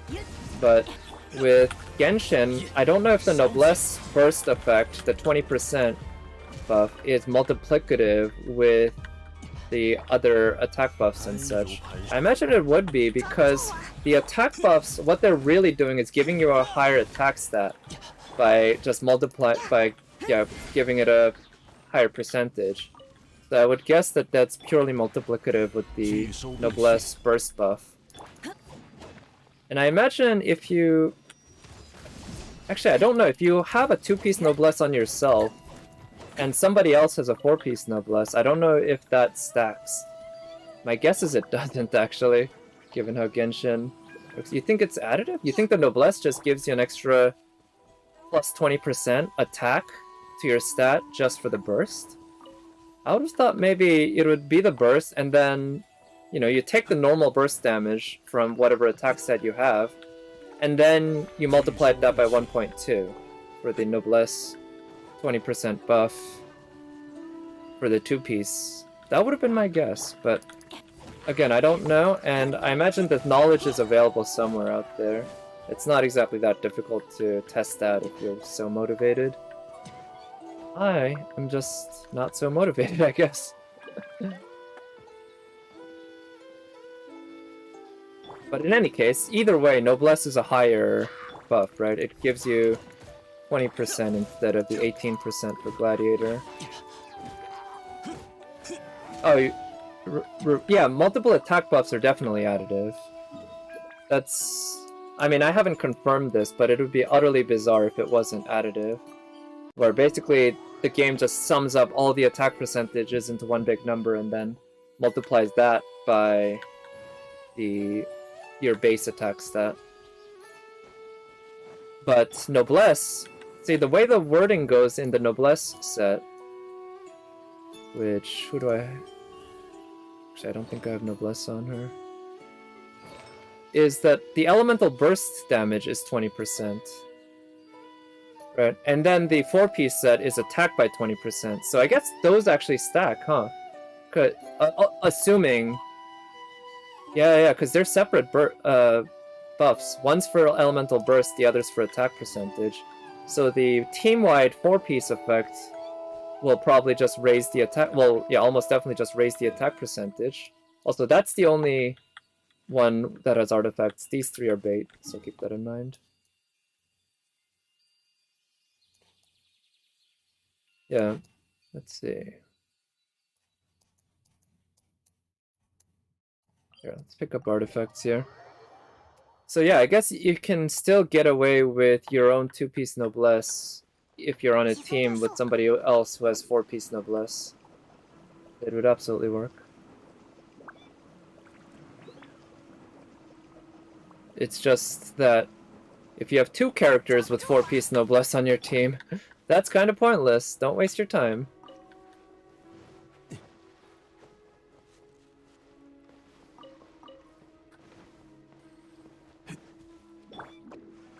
So, this is a pretty nice artifact route as well, around the Pyro Hypostasis.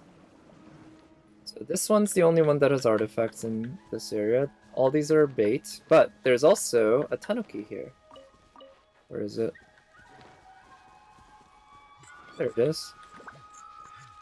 And we can get a good sense of where it's gonna go. There it is. Let's see if we can actually find it this time, because yesterday, I think, I lost track of it.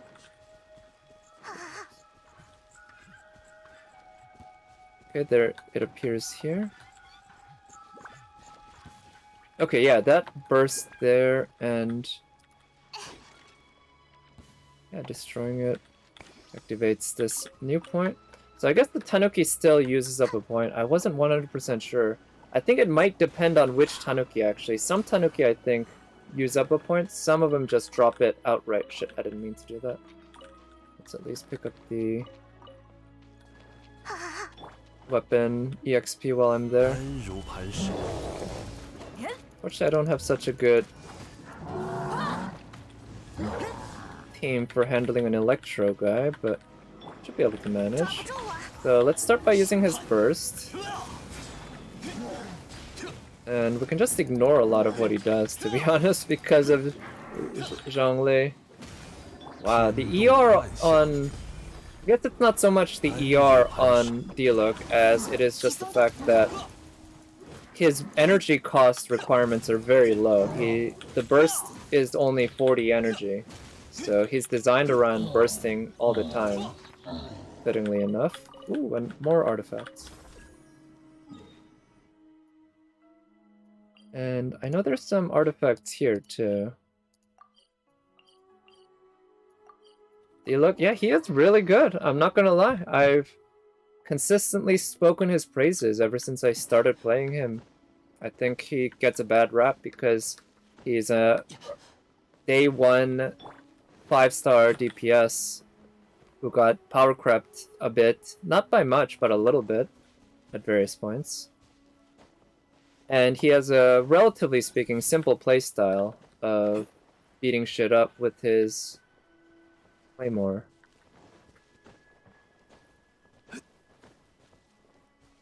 Wait, reward link? Oh, you mean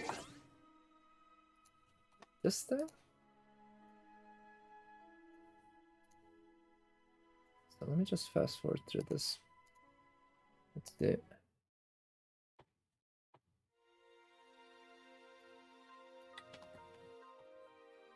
I mean, I'd be happy to post it here, I guess, but I'm actually not sure if that's what you meant. I don't know what if any... But feel free to post, you know, your own reward link there. I'll be happy to click it and see what it's about. The theater one? Oh, that one. Wait, do you actually need to click it in order to make it work? I thought it was just... If you did it... If you activated the...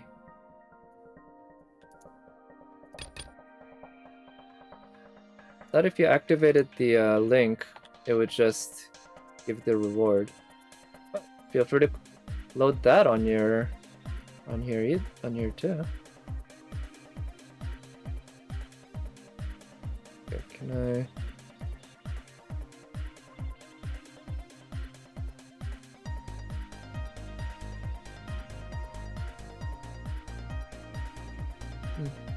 That one's yours? Okay, I'll check that out. Well, let's see if I can get the link here. I don't know how that works. Oh shit, that's not what I meant to do. Oh, on April 10th. Okay, yeah, that is when I cleared it, huh? I somehow missed that the first time. Hola-sama? Can you?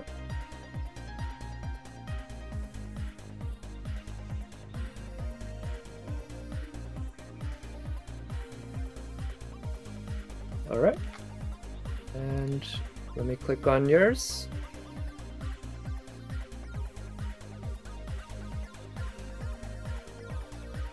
Huh.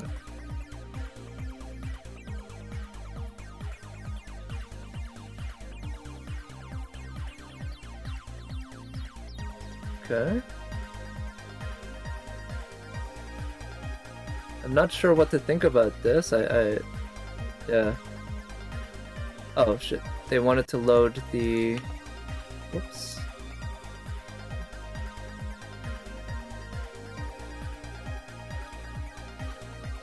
Okay, what happens if I click this view button? Oh, that's when it sends me to this anniversary thing here? I see, so by doing this you can actually get more rewards. Neat, I didn't know that. I imagine there's...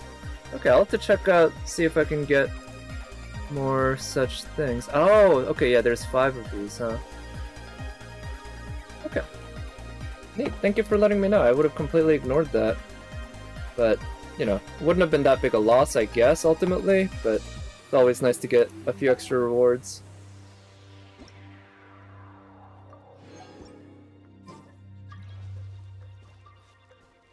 Alright, so I want to pick up this artifact here.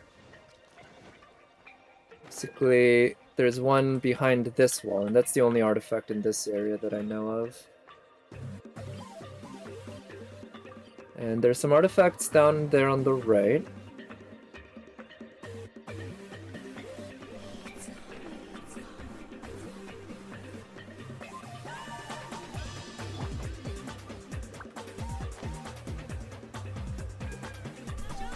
It's Slacker Nation? What do you mean? Who's a slacker and who's posting this link? Is there some other person you're trying to get the link from? Okay, so I'm pretty sure... So this one's an artifact. Is this bait? Oh no, this one's artifact too. Okay. So let's just leave a mark like that so that next time...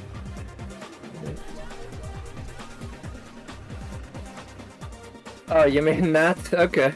Well, Yeah, I don't know if you're listening. Feel free to share, but I'm not. I'm not. If you want to share, share. If you don't, don't. Whatever. It's not. I don't want to pressure anyone to doing all that, but it is free rewards for everyone involved, so pretty good. But it.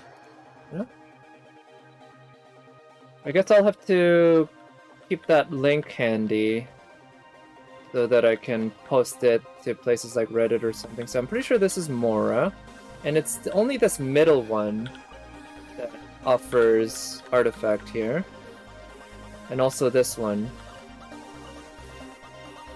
I think there might be more spots down there somewhere, but I'm actually not quite sure. And hit up some of the smaller spots.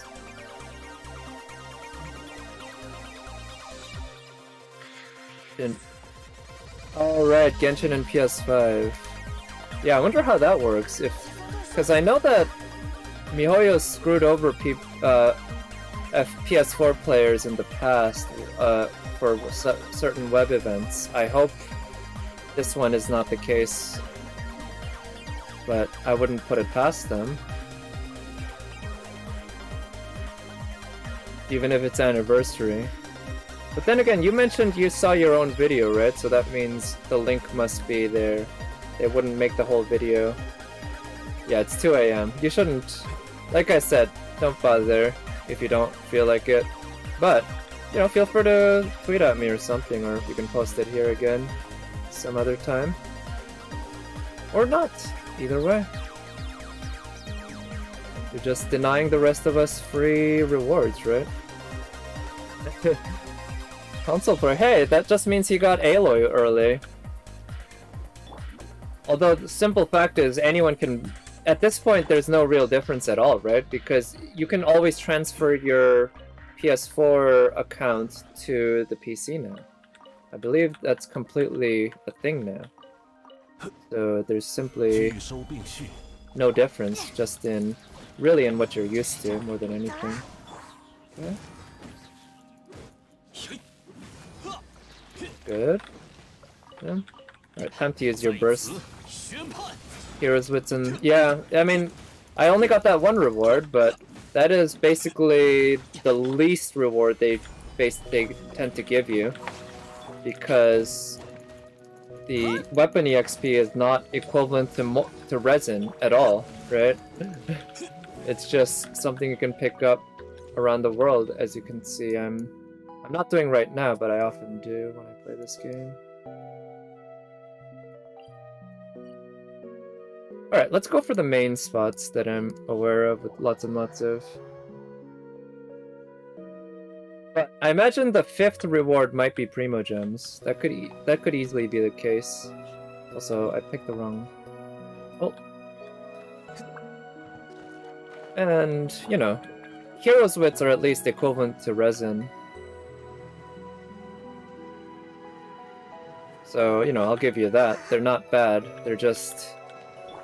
Like I've said before, I'm okay with farming for EXP. It's not a huge loss if I have to farm a little more. It's not like they give us that many Heroes Wits anyway, right? They probably give us the equivalent of like 5 resin or less. Okay, that's a spot. This is the spot I meant to go to. Oh, let's start by going here. I don't know what's the fastest route around here is, but you can get through pretty quickly. Oh wait, no, I picked these up, didn't I? I already picked them up today, yeah. Let's go this way.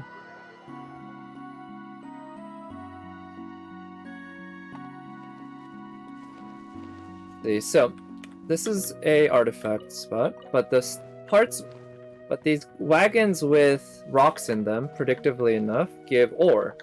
And as I've said before, I don't really need ore. More ore. Okay. Also, I'm gonna have to level up some of my artifacts. Because I'm gonna run out of space, I'm pretty sure. Wait, why did I give her this? I'm a little confused what this one is doing on her.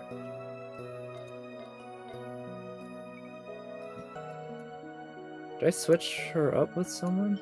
Oh, I think I put this on Chi-Chi yesterday, maybe, or no, on her? I think maybe I wanted more crit rate? But yeah, this one's better.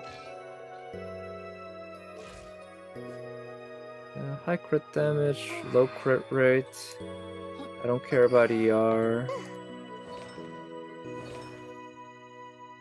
Hers are leveled pretty well. I feel like two-piece emblem could be good on her, but it also feels like maybe I should go with something that does attack.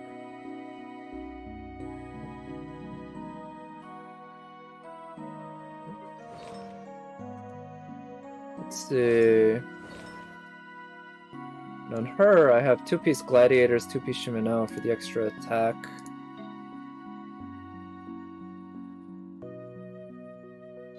You know what? I think I'll start by working on some of these pieces. Like this one is actually one that's well worth taking up to 5-star or level 20. It's crit rate with a crit damage substat that rolled a number of times, and the other stat it rolled was ER. Wait, should I just take this? Right, attack. Okay. Yeah, this one's not good enough. It's got a flat defense that it rolled into. Ooh, nice! Double! Oh, shit. Well, I got lucky, but then unlucky. God damn it. At least it's the better one out of that. At least it wasn't flat defense. It never once rolled flat defense. But it's got 31% crit rate, so hey, that's pretty nice. Yeah, the attack isn't completely wasted, but not what I wanted. Okay, let's use more. Like this one also I feel like is worth ascending. Man, I got so lucky there getting twice Super Suck, or getting that Super Suck when I was feeding one that was already had levels in it. Because unlike FGO, if you feed fodder that's been leveled up and you get a Super Suck, the Super Suck counts. It counts, and it counts for the whole thing.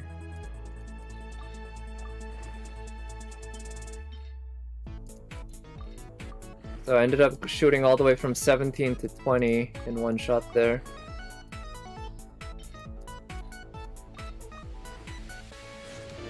And so I don't particularly enjoy using the 1-stars because they're so slow, but I figure I want to prioritize getting rid of the 1-stars because I have so many of them, and right now I'm trying to make space rather than particularly prioritizing leveling up artifacts. It's more about space.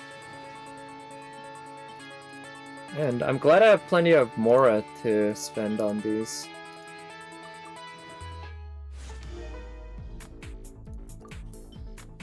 Okay, so... And it's a shame that we have so many attack percentage stats that are different. I wish Shimenawa and Gladiators could be used interchangeably with each other. Maybe that would be OP, but that'd be so convenient. It'd open up so many more options. Okay, I'll take it. I'll take it. 14% attack, 18% crit damage. If you multiply those together, that's technically not the proper way to do it, but that's roughly 30% extra damage, and she has higher electro damage too. So that Emblem Goblet, I feel, is definitely a piece that I can use on her in the long run, even if I end up using a different set on her later. And who knows, maybe one day I'll get Ball on her rerun.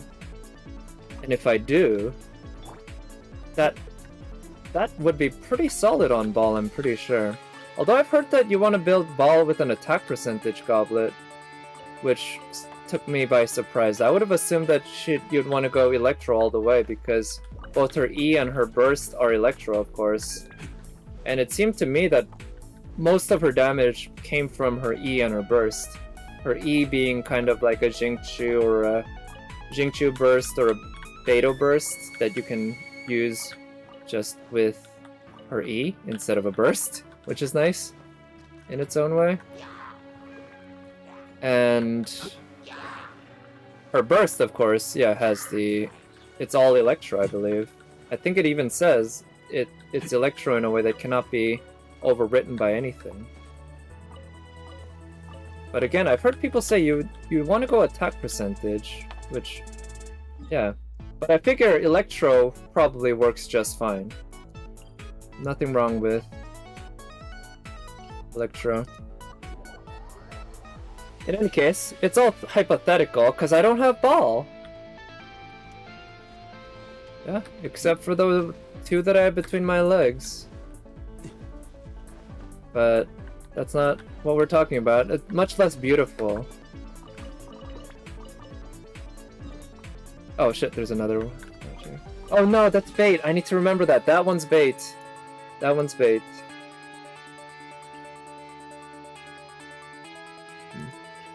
So I'm gonna hit up this spot, and then I'm gonna go to the boat that has so many. And I think the boat might be the last spot to hit up. So here, I believe you want to hit up these boxes, but you don't want to hit up these barrels, because the barrels are bait. The barrels give you, I believe... Also, since I'm not going to teleport until I get to the boat, I'm going to go around picking up artifacts before I get to the boat. Yeah, I believe they give you wheat or fruit or something like that. Or not fruit, vegetables. Okay, it looks like this shrine hasn't respawned. I hope I didn't use up all the spots already. That'd be annoying if I used them up before I got to the boat. I guess it is what it is if that's what happened. Is that Kid Kujirai?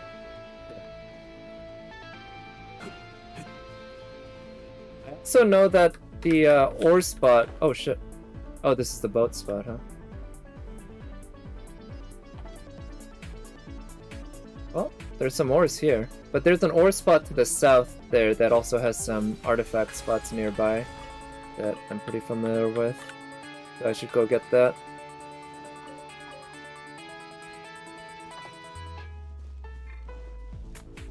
So I think this is Albedo's theme. I've commented before, but I do like Albedo's theme quite a bit. It's got a pretty modern feel to it that I find pleasant.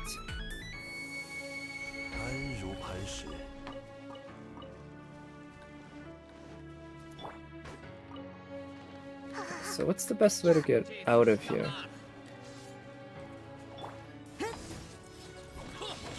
Here, let's use her burst, and then his burst. Refresh his shield, and then have Diluc go to town on all of these. Okay, let's use his burst. That'll give a nice little attack buff thanks to the weapon. Okay, got the counter, good.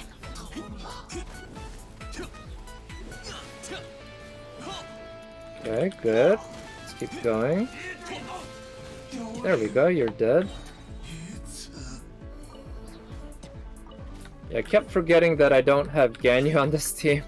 I kind of instinctively switched to Beidou and then tried to use her E because that's usually the slot I have Ganyu in, and I like to use her E very quickly. Okay, so here's some ore. Good spot for a little bit of ore, not much. But right next to it, this direction to the south. Oh shit, I think I might have used up all the artifact spots. I'm not sure. But let's go to the boat. That'd be a shame because the boat has lots and lots of artifacts. Yeah, I used them up. Oh well, that's a waste. That's a lot of artifacts that I missed out on today, but I guess I can pick them up early tomorrow. Anyway, looks like I have 43 resin. Maybe I'll go... Yeah, I'll do the Geo boss because I'm still working on ascending Noelle. I want to get that defense up.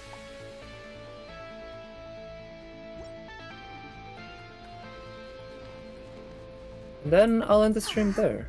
I'll use D-Look this time. Okay, this team would probably work alright, but I think I'll take Mona initially just to get across the water.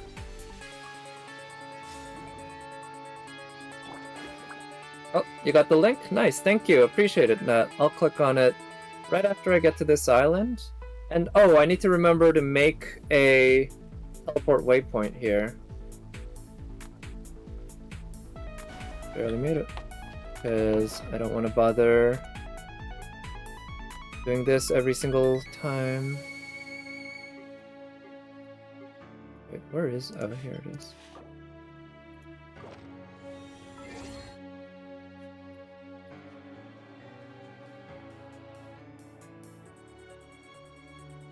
Alright, here they are. I'm guessing... oh wait, it's...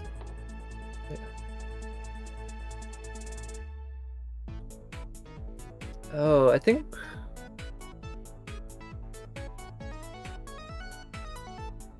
oh, I wonder if it doesn't work if it's a different server? That might be a that's a possibility.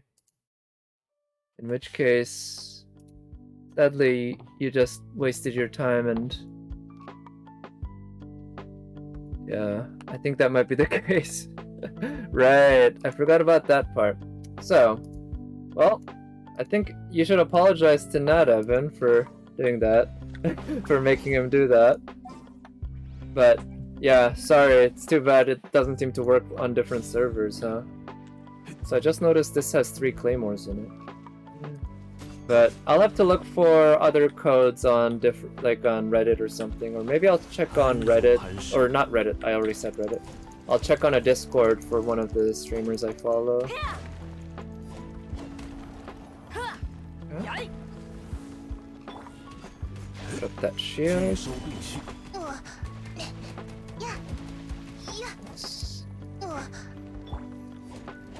Use that burst, and then do that.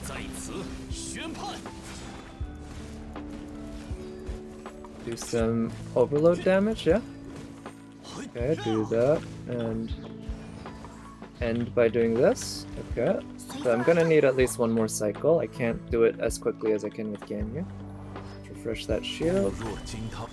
And... okay, let's break that. Yeah, it is really a shame about the stuff they do with different servers. Wait, is that the wrong event? Is that the case?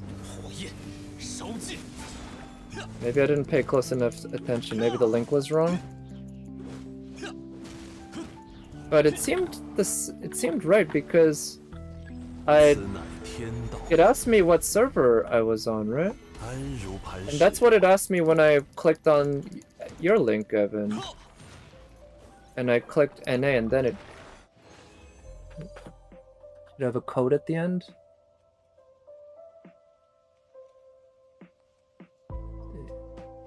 Oh, well, so yeah, your URL is certainly different. Yeah, it's got the 28 review versus 30 card. It's garbage. So, yeah, maybe it was the wrong one. Oops. Okay, maybe Nat needs to apologize, and I need to apologize as well. I don't know, there seems to be a whole lot of jumping to conclusions. I shouldn't have done that.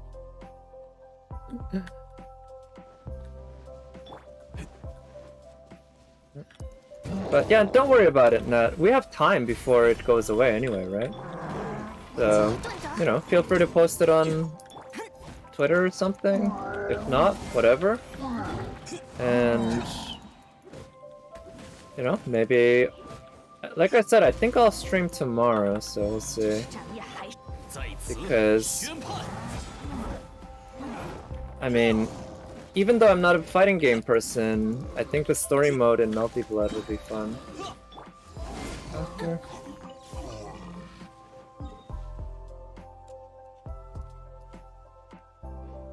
But yeah, I think I'll end the stream there. Let me just go to my Serenade Teapot and check on my ores and stuff.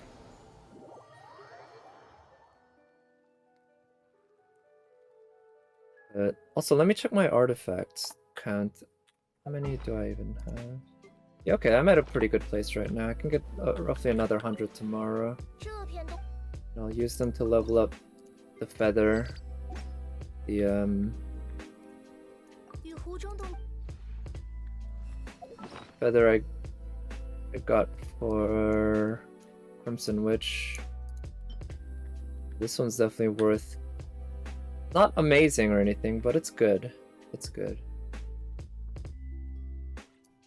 I guess one more crit damage roll would be great. But a crit rate roll, I wouldn't be complaining about. And I just want to see my ores. 2200, 2100, 68. I guess I'm maintaining a decent plateau. And yeah, you can see this is the EM's, or no, this is attack. It's not EM, huh? Yeah, so there's attack sword. This is about energy. It's long, but basically it helps your energy recharge. This is physical. And this is the EM. Okay, so there's actually 4 swords, huh? Oh, no. There's 3. I thought for some reason there was a defense percentage sword, but no, there's a defense percentage claymore. So I'm gonna... Let me check. Do I have any weapons here that I can keep leveling up? Because I know... Oh, I should have checked the Ascension material for Witsith. I guess I need to do that Friday. This one I still need more Ascension materials for. This one too. And I have this one fully. Alright. Yeah, so let me just get to a spot right next to alchemy table so that I can quickly condense my resin tomorrow before I go to work on my phone, or on my way to work sometimes. I'll whip out my phone on the bus and just condense my resin so that I don't cap. And I'll end the stream there. So like I said, I think I'll definitely stream sometime in the next 4 days for Multi-Blood. We'll see if it's tomorrow, maybe not, but maybe so. But in any case, I hope everyone has a good rest of the evening. Best of luck with the Oni raids. Oh, I forgot about that. I meant to do that. Actually, let me see. Yeah, the Oniland raids aren't going to take too long, so let me actually switch to that. And I'll switch my game.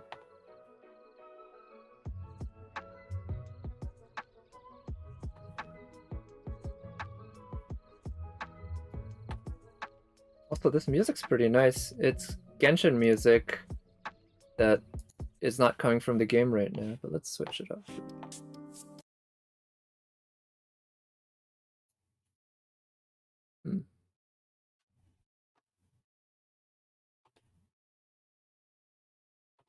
Okay, unfortunately, the emulator is taking its sweet time loading.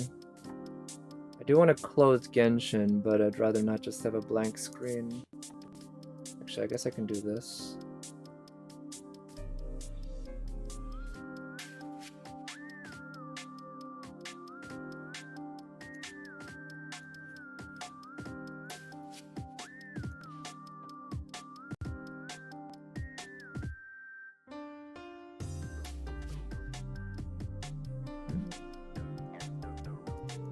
Alright, there we go, we're loading.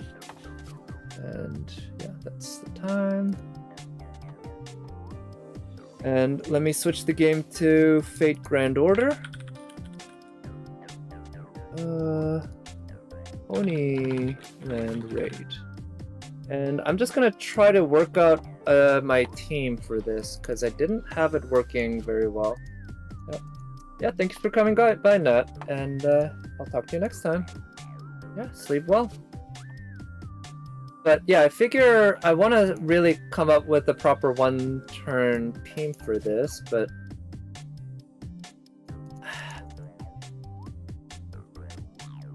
not sure what the best way to do that is, because I'd rather not use Kintoki Rider, because he can suck the fun out of a lot of... Or, maybe not. I don't know, I haven't used him in too long, so maybe it'll be worth it. She's also pretty good, but I don't know if she's powerful enough.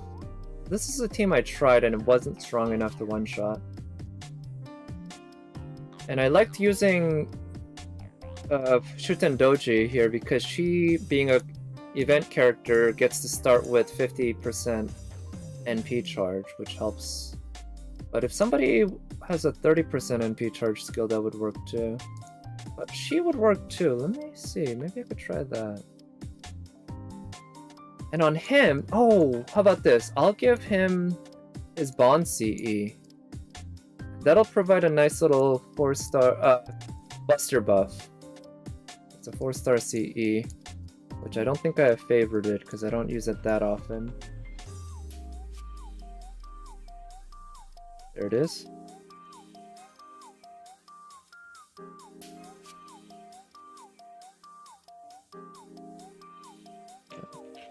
I could also try leveling up that, but I don't think that's all that worth. Okay, here, let's try it this way.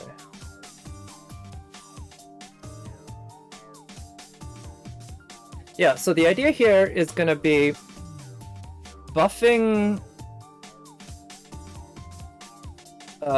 what's her name? Huanzhang all to hell with everyone. And that includes a major attack buff from Liz, because she provides a 40% attack buff. But one thing I'm concerned about is the fact that we're stacking a lot of attack buffs and not a lot of Buster buffs. So maybe instead of Liz, it would be better to bring somebody who can buff Buster, or even an NP buffer like Hector. Alright, let's buff that.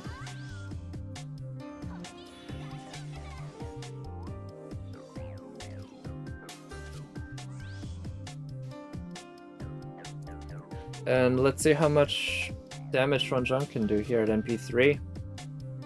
Never pulled for Xuanzhang, but I managed to get spooked by her enough times to get her MP3. I don't think that was enough. Oof, not nearly enough. Wow, I would have thought that would come somewhat closer, but that wasn't anywhere near enough. Jeez. Okay, yeah. Shuten Doji came a lot closer. Maybe a different Buster buff? I don't get why I'm having so much trouble now compared to last year. But I guess last year I probably used a much easier setup. I can just give up and use something like maybe not double Scotty, but Scotty with... Actually, let's build up her NP. I think one more NP would actually do it. She's not going to get her NP up before... Oof. Before her buffs run out.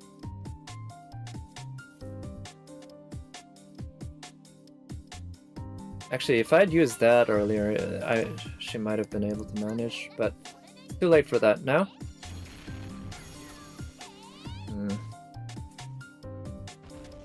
Okay. I wanna... one turn. I guess double Scotty can work with anyone. Scotty with Waver, I guess, can allow me to get that full 100% NP charge.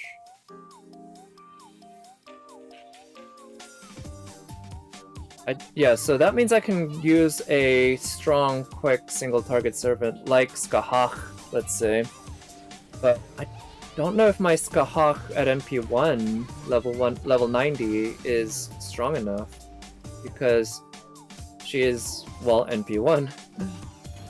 Whereas Rider Kintoki is NP5.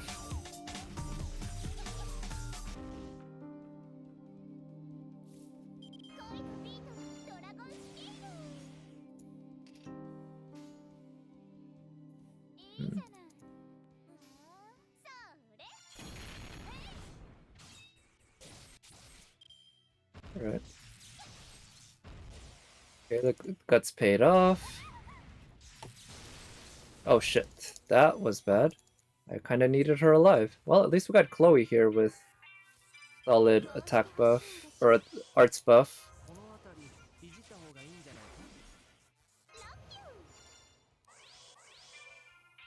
So I'm actually gonna do this because her NP is not gonna need the buff if it comes to that to kill. But just want to do some solid damage here. Nice, the crit helped a lot. Oof, that NP drain on the NP, huh? That's pretty annoying.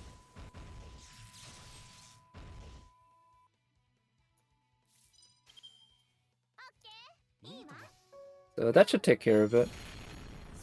Ooh, I didn't expect Merlin to get the job done there, but he did it. Alright, let me rejigger the team because I think even with extra buffs, I just don't have enough for... Well, let's try one thing. I'm gonna just try swapping out Liz with a different buffer. Somebody who can buff Buster specifically, because I feel like I'm overloaded on attack buffs. And I have Buster buffs, don't get me wrong, but they're not... I feel like the attack buffs are more overloaded. So who can provide a good Buster buff? He can, but he is... I don't really have much in terms of the cost to afford him. MHXX? I don't think she'd work that well. I guess the nice thing is defensively she's okay, but you want to get this over within one shot, right? I'm always going for that one turn on when I'm doing the raid.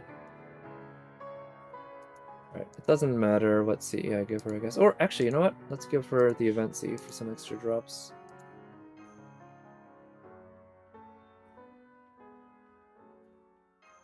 Yeah, so Iskandar does provide some solid buffs to others in the form of a... Oh, no, he doesn't provide a Buster buff. He provides an attack buff and an NP damage buff. Both are good, but they might not be what I need right now. I don't think she'd work as a single target foreigner. I think she'd work alright, but I think she'd have a lot of trouble because unless you have her NP5, compared to a NP5 welfare, right? I think her NP is just not going to hit hard enough in general because the requirements are pretty high. Like, my Xuanzhang here is not... She's not weak. She's pretty strong. She's NP3, she has a upgrade, and even then, you know, she's not doing it. So, the requirements are definitely pretty high. And the thing is, a foreigner doesn't get any advantage compared to any other character when you're dealing with berserkers in a purely offensive way, right? You're hopefully not going to get hit. What do you mean a 50% higher modifier? Is that a thing? Because I know everyone by default gets 2x modifier against berserkers. So, do you mean she gets a 250%, 2.5x modifier? Yeah, berserkers have this unique thing going where they only have 1.5x attack modifier against everyone else, but everyone deals 200% to berserkers no matter what, so foreigners don't have any advantage compared to any other characters when it comes to offense. No, everyone else isn't 1.5, everyone else is 2x. I remember I looked this up at some point, and I was initially a little surprised, but berserkers end up with a little bit of a disadvantage there. Actually, let's see. Best way to do is to actually kind of check, right? We can see Fate, Go, Wiki. Fate Grand Order, Wiki. This is kind of the what I check. Class. Okay, so well here we got. This shows foreigners, but if we have Berserk.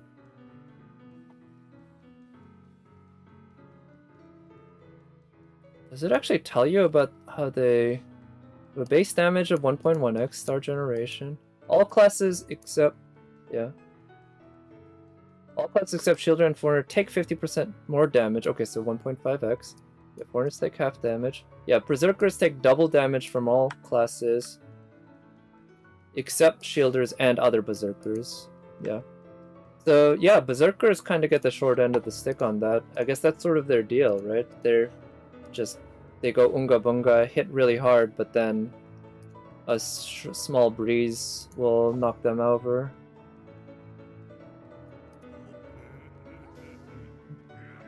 But yeah, foreigners of course have that very nice defensive class advantage, which, you know, that's great, especially for challenge quests. Just not great for raids like this. Yeah. God damn. Okay, Xuanzang missed out on that, so that's on him. So I think one more NP from Xuanzang here that doesn't have any buffs will do some good damage, but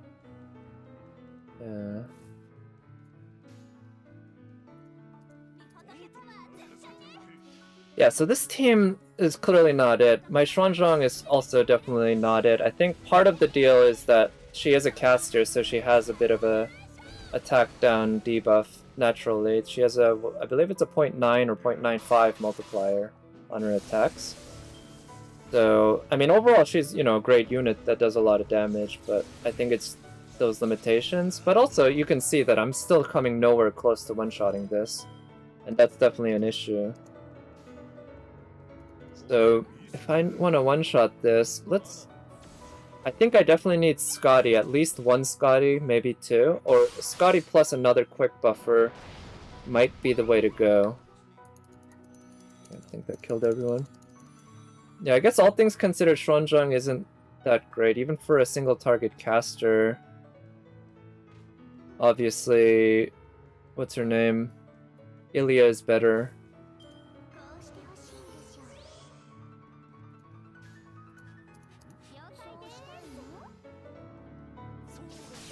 But I was hoping she'd do better than 1 point something mil, right? You need to do 2.5 mil in one shot if you want to beat this in one shot.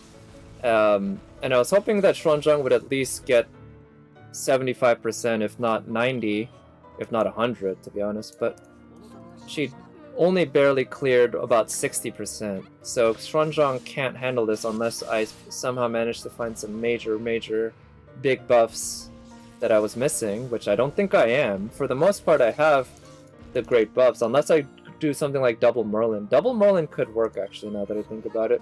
Because Xuanzang, one very nice thing is she doesn't need that much NP charge. She can get by with just 20%, which a single Merlin can give you. So Double Merlins, if anything, overdoing it. I could also try... I think... Aussie's probably not going to do it. My Aussie's only NP1. And even though he's very strong, he's a very strong servant. At NP1, I don't think he has it. Oh, also, more of these buffs would help, I guess. So I'm going to just use Silver Fruit for now so that I don't waste AP when I'm capped. Oh, I shouldn't have done a repeat because I want to switch up the team. I'm pretty sure Jean Alter can work alright too, but you need to be able to provide her with the NP charges because she has none of her own. But she can be a good backup in the back. So I'm pretty sure my Skahak can handle it. Try her. Unfortunately, I don't have the NP charges for her. Yeah, I don't have the NP charges. Unless I bring Scotty, but So I can try him and Scotty, but I don't have much in the way of arts buffs. The enemy's a dragon and demonic. Really? Dragon and demonic.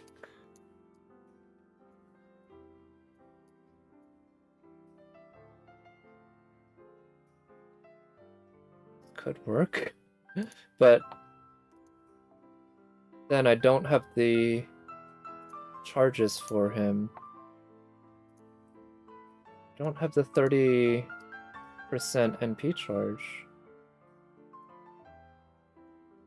The best I can do that I can think of right now is this.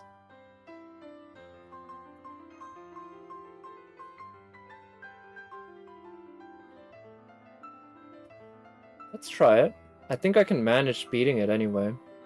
But there's a chance, there's a high chance, I think, that this won't pull it off. But anti-demonic, right? Is he male, actually? I don't know if he's also male. He might not be. Okay.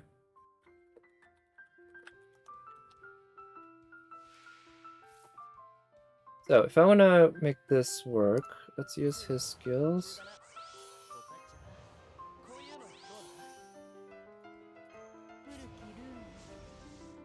Let's reduce the defense. No gender trait? Okay, so thank you. In that case, definitely Orion is not the way to go. I'm pretty sure about that.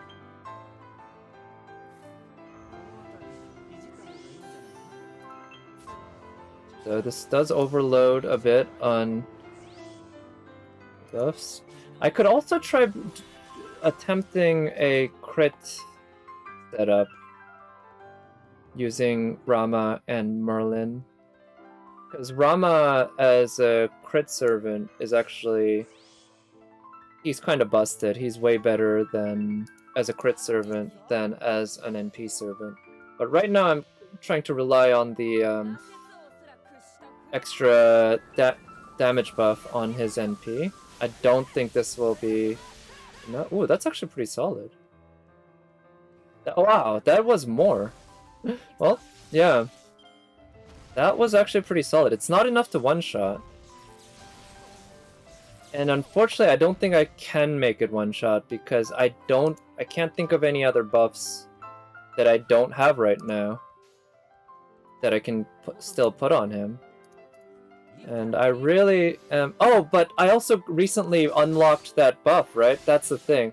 I recently unlocked an extra damage buff, so that extra damage there might actually just be from the fact that I unlocked that extra buff. That's annoying. Ah! the fact that the buff only comes from the card type, it's so maddening, right? The RNG here, not getting the Buster card, which is the only card that's actually buffed on Rama.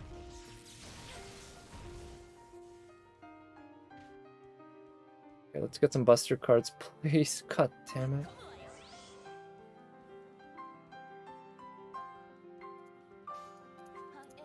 Yeah, so unfortunately, due to characters dying, I've been kind of fucked over in the card RNG department.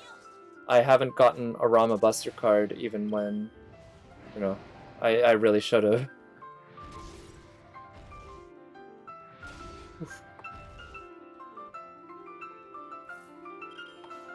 There we go. That'll do it. I probably didn't even need the Buster chain. Nice. Oh, right, and that's Miyuki Sawashiro. Forgot, Rama's Miyuki Sawashiro, aka Ball. Always nice to listen to her. It's a good thing I don't need Mona Lisa. I have so much QP already. I'm gonna hit the cap sometimes soon, probably during the raid.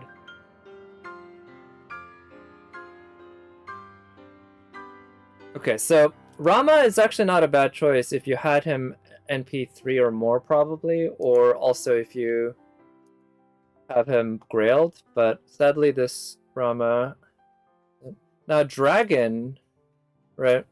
I don't have much in the way of anti-dragon characters. I guess Sieg, but Siegfried and Sieg are both AoE. I believe she's NP1, but she can actually hit pretty fucking hard.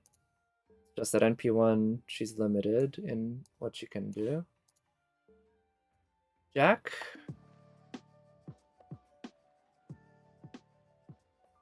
I don't think Jack will work because she doesn't have a self-NP charge, which means I'll need Scotty, unless I do a double Scotty setup.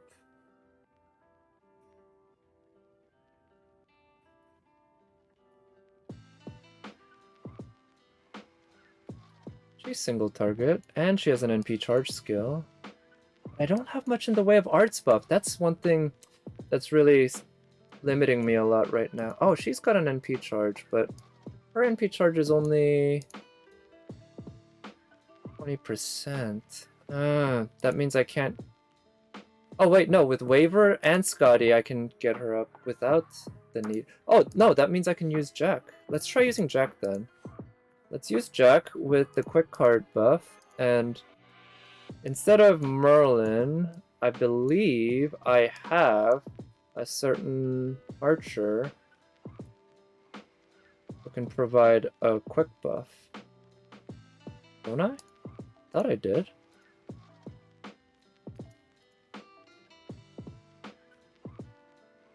What? I thought I had her in my NA account. I must have her only in my KR account. Okay.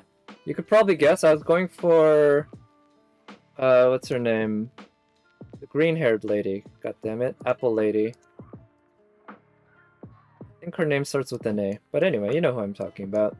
I would have loved to use her, but sadly that's not really an option. In that case, another good quick buffer is the assassin... What's her name? Do I have her actually on this account? I might not have her on my NA account either. It's like my KR account has all of these somewhat semi-rare, not that rare I guess, but yeah, servants that I don't have. Like the Wu Zetian. That's her. God damn it, so I'm severely lacking in quick buffers, huh? I can use her. Fuck it, I can use her. She's actually just as good as, God damn it, why can't I remember the archer's name, the green-haired archer? But she's just as good. She provides a 50%, along with Scotty, of course.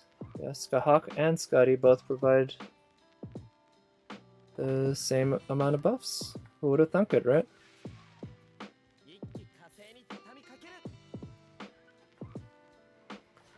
Let's see, so let's try this. Also, I just realized Waver's...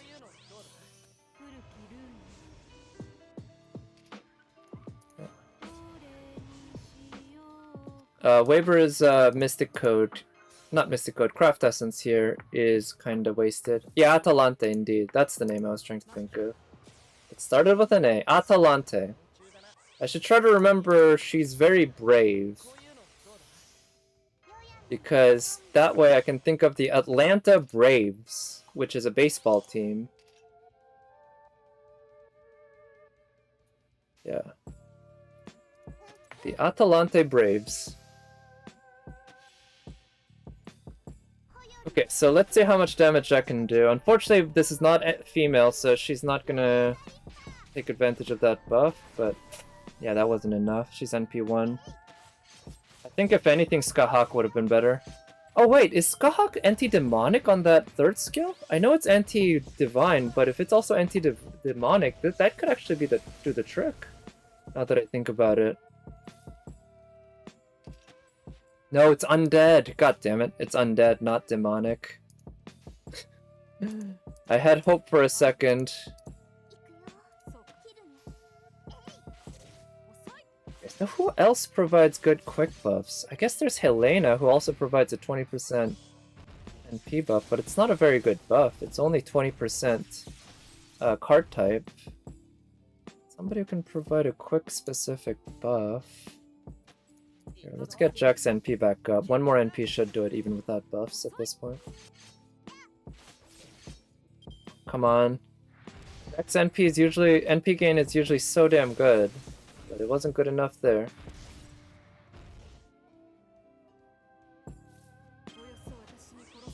Okay, I'm doing that just to protect Scotty there. And that should do it. I'm gonna, or not Scotty, Skahak. I'm gonna try Skahak next turn, and I would like to find another quick buffer then, because Skahak can only buff herself once with the quick. Oh shit, that wasn't enough? God damn it. I guess the lack of buffs really do hurt a lot.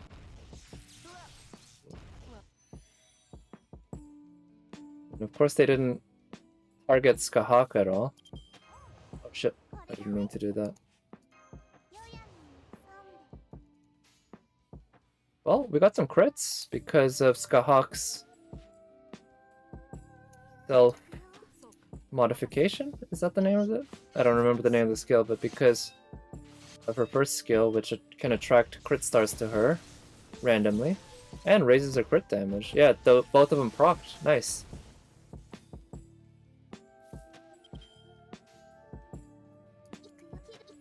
Okay, so Jack might be able to finish this because of her quicks, but no.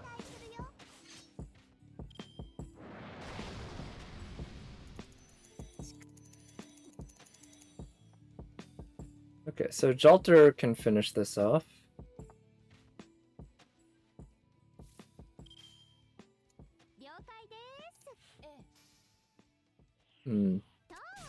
But yeah, let's try with... No, Skahawk's not gonna work because, again, that third skill doesn't match. Right, it's not anti-demonic, it's anti-undead and anti-divine. I really want more of these gunpowders and these eggs, so that's one major reason I'm perfectly willing to spend a lot of apples on this raid right now.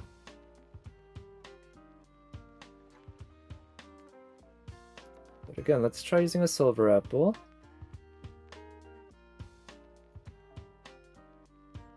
Whatever. Actually, I'd rather take a DPS in the back so that I can finish the job.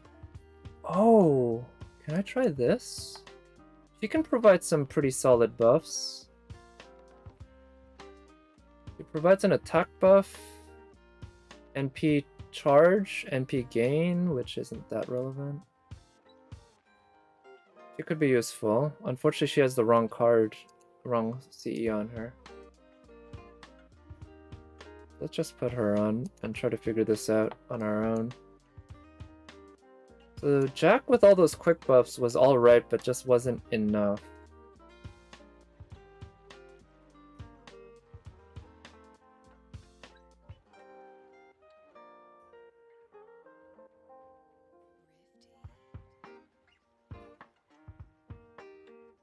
In terms of single target quick characters, I guess if a lot of it does keep coming back to Ryder Kentucky because he's just so busted. I might have to just stick with him until things get a little easier and I can, because we'll keep leveling up our ability to do damage. So yeah, until things get easier with the extra damage buffs, I'll just stick with Kentucky Rider. He's just too good. Even then, he might not be able to one-shot it completely, consistently, depending on the quality of buffs we have right now. But he should have a shot.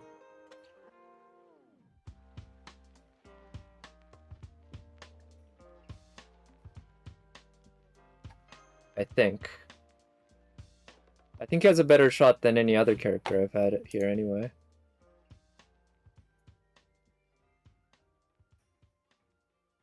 Let's find out. Also, if you click on the touchscreen and hold, it skips over a bunch of the opening animations, which I absolutely love. Oh, also, I forgot, Kentucky does have a self 50 charge. which means I can kinda get away with not using Waver, and it's possible that there's a better buffer that I can use instead of Waver.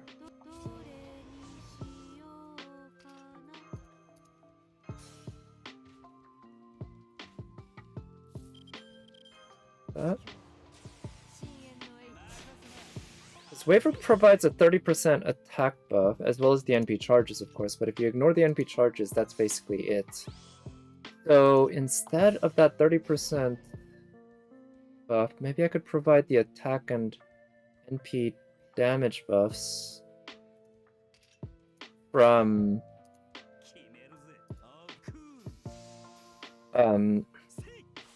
Iskandar, because those are level 9 for me on Iskandar, which is obviously pretty solid. It's one less than level 10, and I ain't spending a single lore on that guy. Not after he spooked me, essentially, on his own banner when I was playing for Waver. Okay, not a one-shot, but I think this might be the most I can do, or something close to it. And I'm probably just, in a large part, limited by the fact that my event attack buffs just aren't that high right now. But I will just keep taking my time running this, I guess, instead of going for a pure one turn.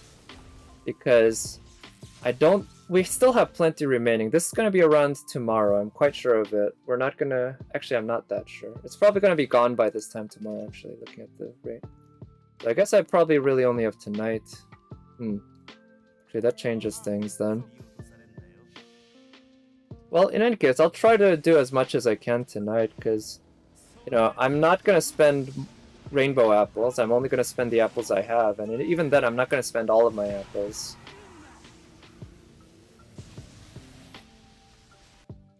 Nice. I could also try to loop with Kintoki, because he does have such good NP gain that going for a second NP to finish things off is quite doable. I'm actually going to see when the next attack buff happens. Because as I keep doing this and I keep getting attack buffs, that'll obviously be quite nice, right?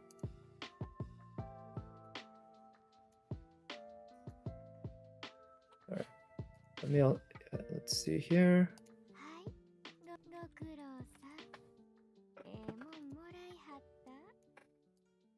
Okay, I don't need these CEs. Just checking if I should buy any of these. Not yet, I guess. Doesn't really matter. Okay, oh, we also get gold apples. We're gonna get some points at 950. An extra damage at 1,050,000.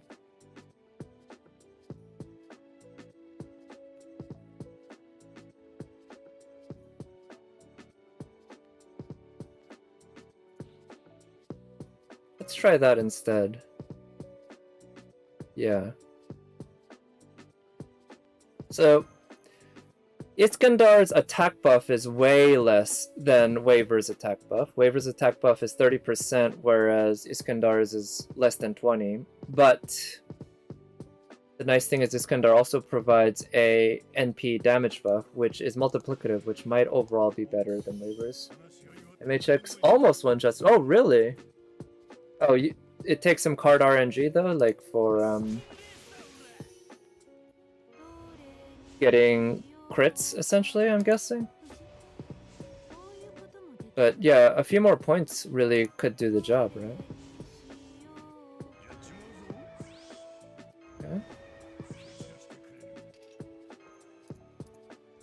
Okay. Yeah, I am overloading on... You need a... Oh, okay. Well, that's also RNG then, yeah. Not crits, but just getting that proper Brave Chain with the extra hit. Which, yeah, after just a little bit of time then of doing it, you should be able to one-shot somewhat consistently. Let's see, I wonder if this quick crits, is that going to be enough? I don't know. We'll find out. But he should do quite a lot of damage here.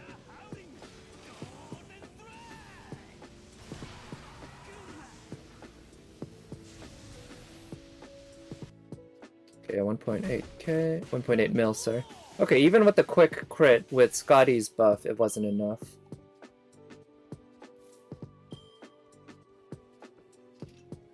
But no, we're getting there. One more attack buff should will yeah, definitely make quite a difference. Oh right, and Scotty's quick crit buff also lasts more than one turn, so you can use it the next turn. And Kintoki is very good at making his own crit stars as well.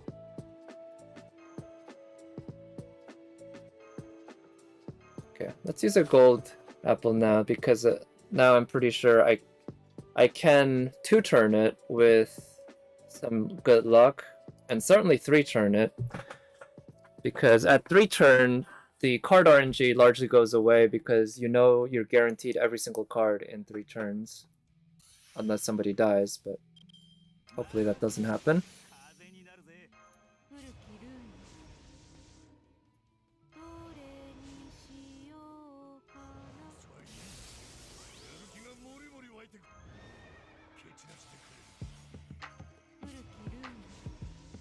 Huh, NP4 Musashi doesn't come close to MHXX? Really? How is that? That's bizarre.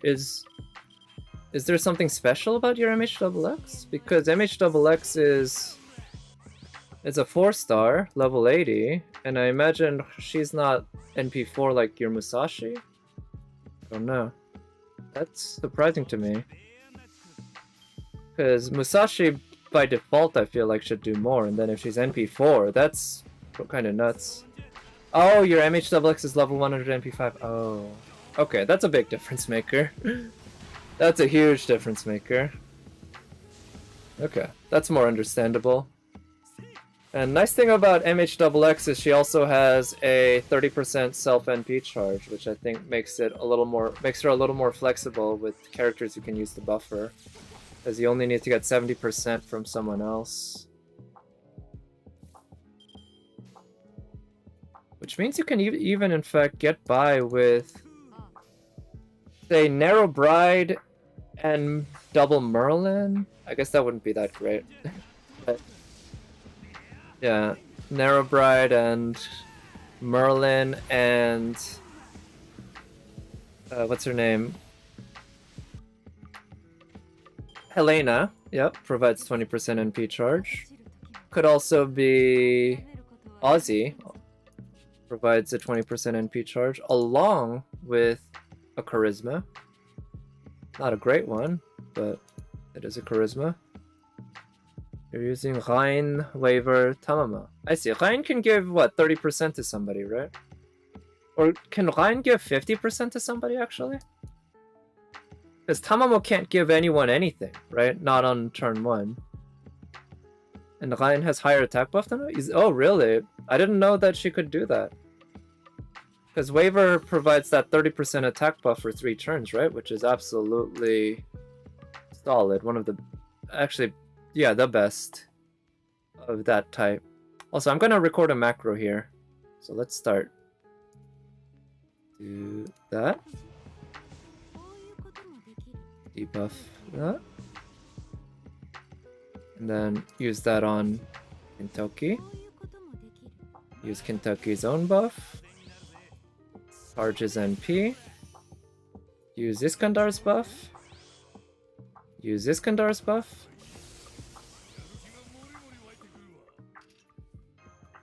Swap.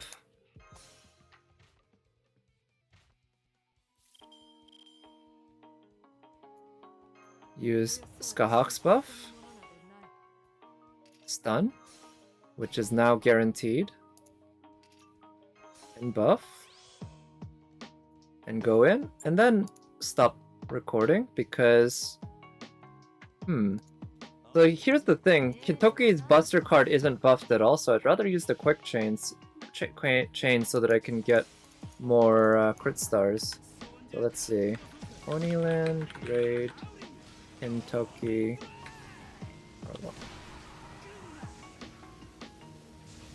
Oh, she can only give 30% NP right now. Right, right.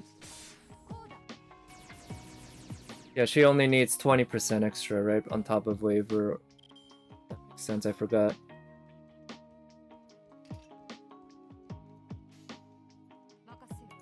Okay, so this is probably gonna take 3 turns. But next turn, we got quick cards from Kintoki and Skahak, which should do some decent damage.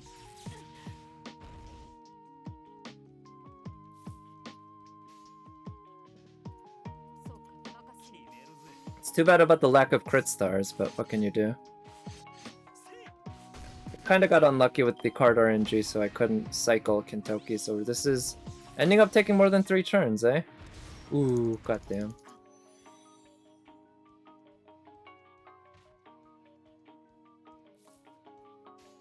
Well, can do this.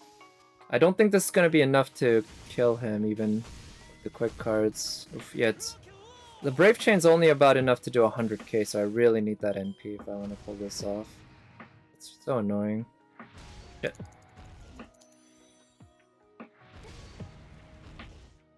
Alright, time for our support Ilya to shine.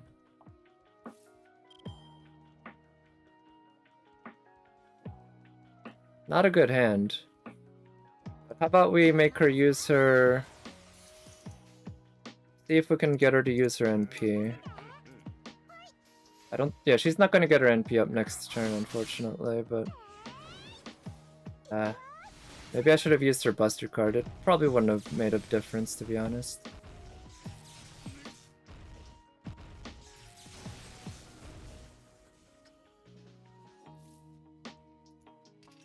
That might... Yeah, I think that was a mistake. We're gonna die. God damn it. This isn't... I'm gonna have to use the Saint Quartz to revive, because I don't feel like... Actually, no, that doesn't make sense. I'll just retry. But, what did I do wrong here? Part of it was not having Ilya protected for next turn. She doesn't have the buffs to make this work.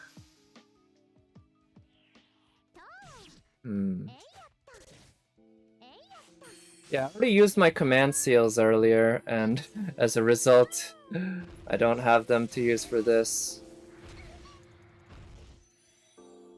And I'd rather not use the Saint Quartz, because the Saint Quartz is worth 4 runs of this. It's not worth it. Wasting 1 run. But let me see. This team should have handled it alright. I had some bad card RNG, and I didn't handle the defense properly. I'm gonna take the exact same team, because I think I could have done this even with that same RNG if I'd made some better decisions. But that's unfortunate.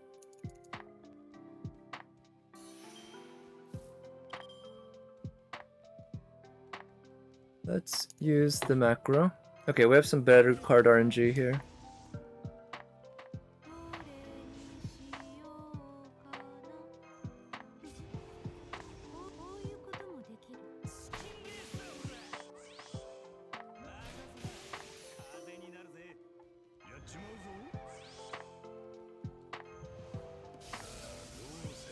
Alright, we got the macro running, so I get to just let it do its thing, which is kind of convenient.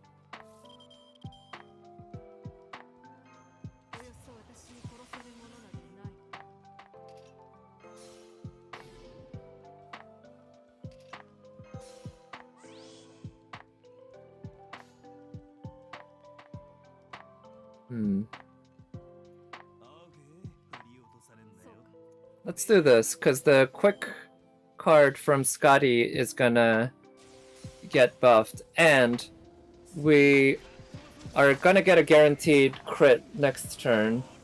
So if we can get a crit... Oh, that'll be good. If we can get a crit on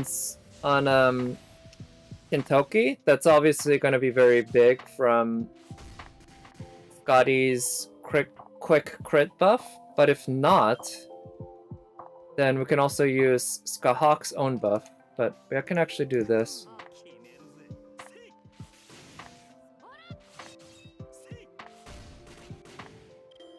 Okay. Do a lot of damage this turn, ideally. Shit.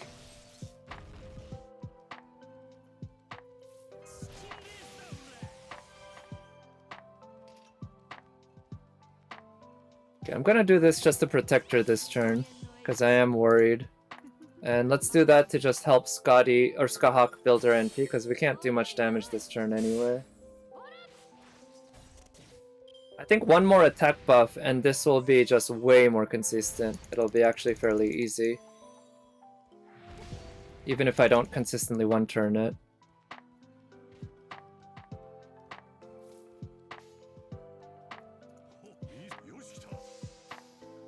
Ah, that's such bad RNG with no Skahawk cards at all, much less no quick cards, you know?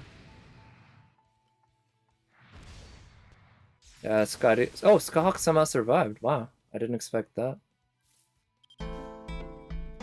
Yep, that should take care of it. I think. Actually, no, that might not.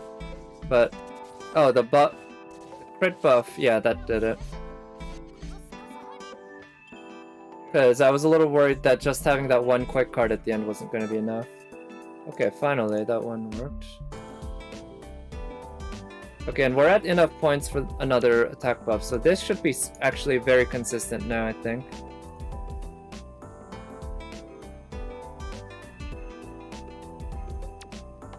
Okay, so I'm gonna keep running this until basically I can figure out a, you know, really consistent way.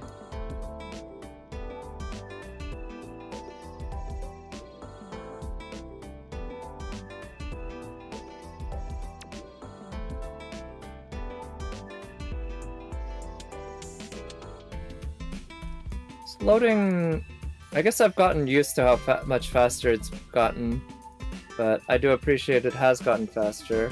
It's just still, you know, still gotta wait. Alright, let's get this, and let's see how much damage Kintoki can do here with his NP with the extra buff.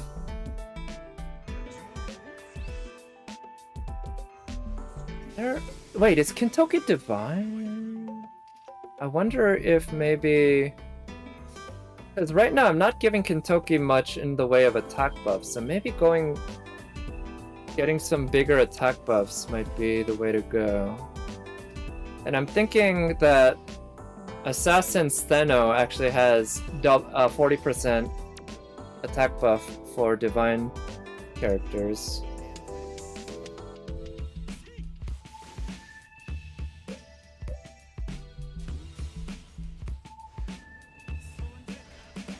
Alright, let's see how many millions he can do.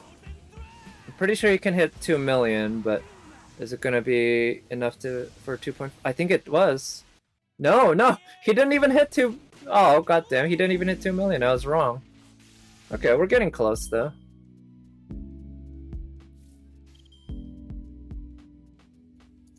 That should do it.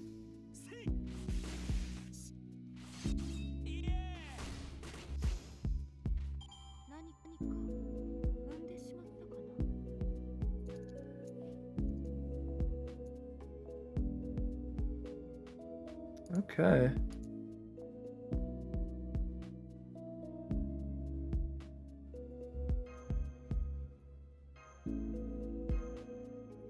Let's see.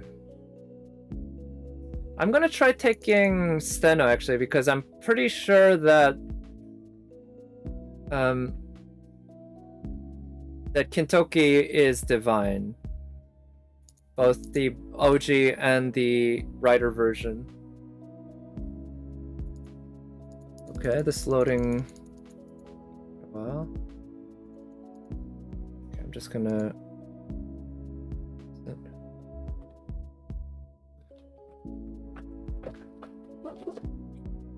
All right, let's just wait for this to load.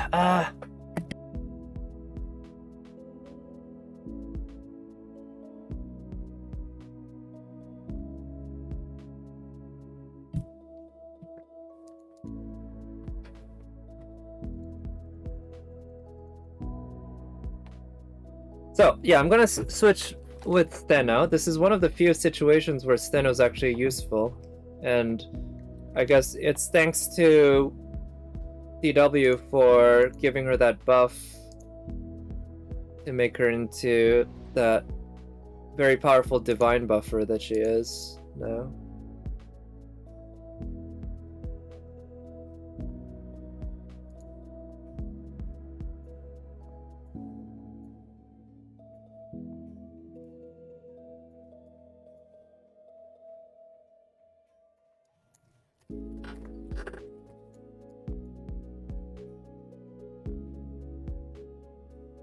I do have Steno, right? Yeah. I have been spooked by her.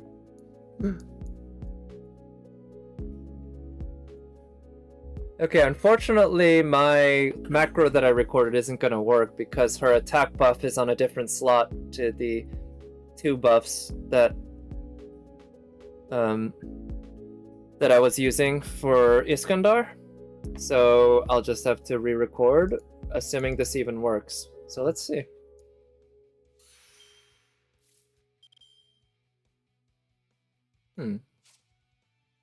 Oh, right. Golden Capture the Carp does give you starting 50 NP charge, right?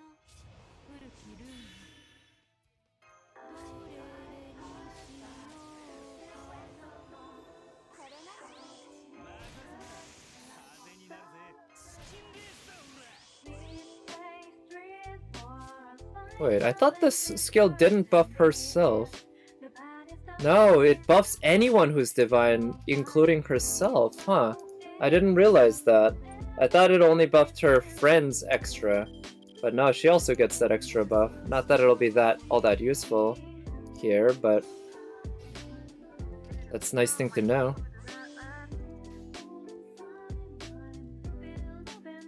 Here, let's do it this way so that Kintoki's quick can get the hit with the most damage it can.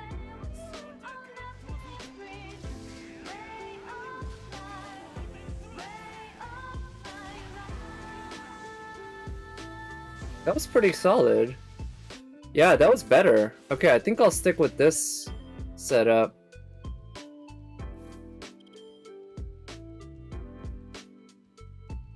Does this work on it? No, yeah, because I guess it only works on males. I wasn't sure if it worked on only males or if it also just worked on generic characters. Alright, I don't know if Skahawk's quick card here will be enough, but let's see if it is. Nice, it is.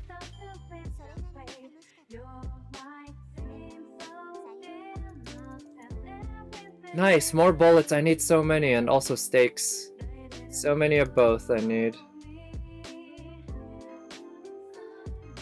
So here's what I'll do. I'll do the rest, use up the rest of these apples on stream, not apples, of the AP I have on stream, and then end the stream there. I think I've managed to figure out a pretty consistent team. I'll run this off stream basically just while doing something else, because to be honest, I don't find running raids on stream or just running farming like this on stream to be particularly interesting, either for myself or I imagine for anyone who's watching. So I like to do this kind of thing while doing something else, like watching something.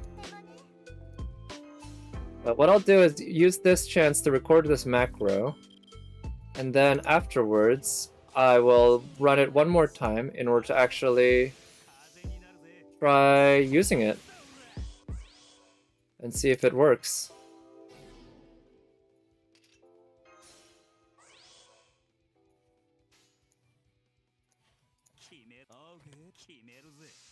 But yeah, Steno does offer that. I guess my Steno, her skill only being level 9 offers 18% or 36% to Kintoki instead of 20%. So she's not maxed out in that respect, but I don't think I'll be spending a lore on her, not anytime soon. Ooh, that was way lower. I'm not sure why. Why was that so much lower? Did I miss a buff?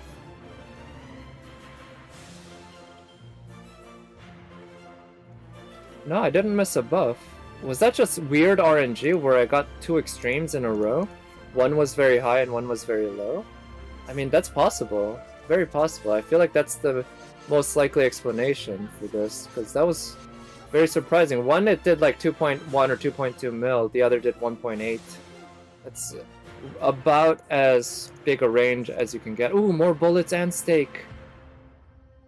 Nice. Oh, and a rare prism. I'll take that. Alright, let's see if my macro works. So I'll wait and yes, sit by while it runs.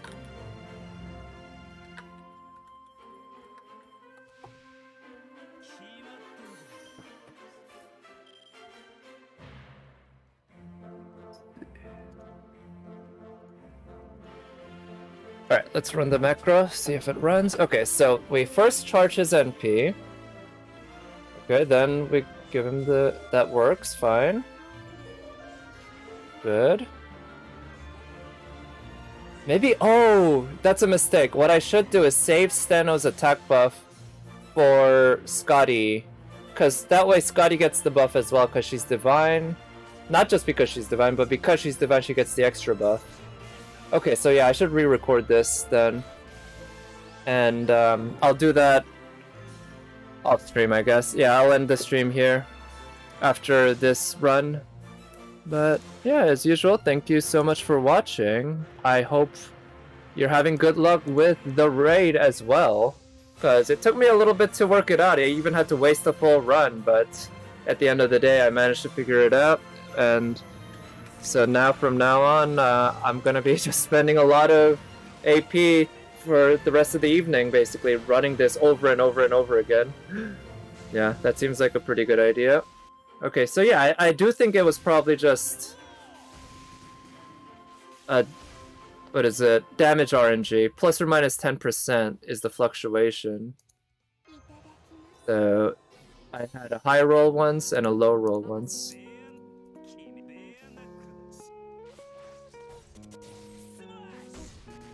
Come on, crit? No. Ah.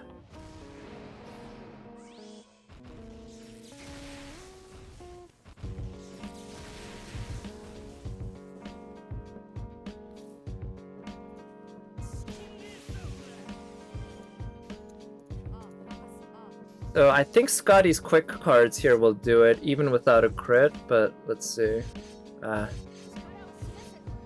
Close. Unfortunately, the extra card doesn't get any buffs. Alright, one more turn.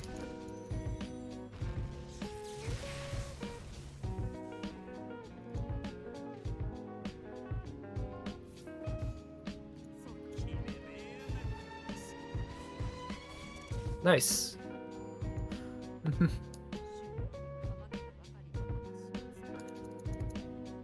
No drops. Other than the event stuff. But yeah, I'll call it a stream there. Thank you so much for watching. Best of luck, and I'll talk to you next time with maybe some yeah, definitely next time will be Multi-Blood, regardless of when that is. Really looking forward to it, and hope you are too.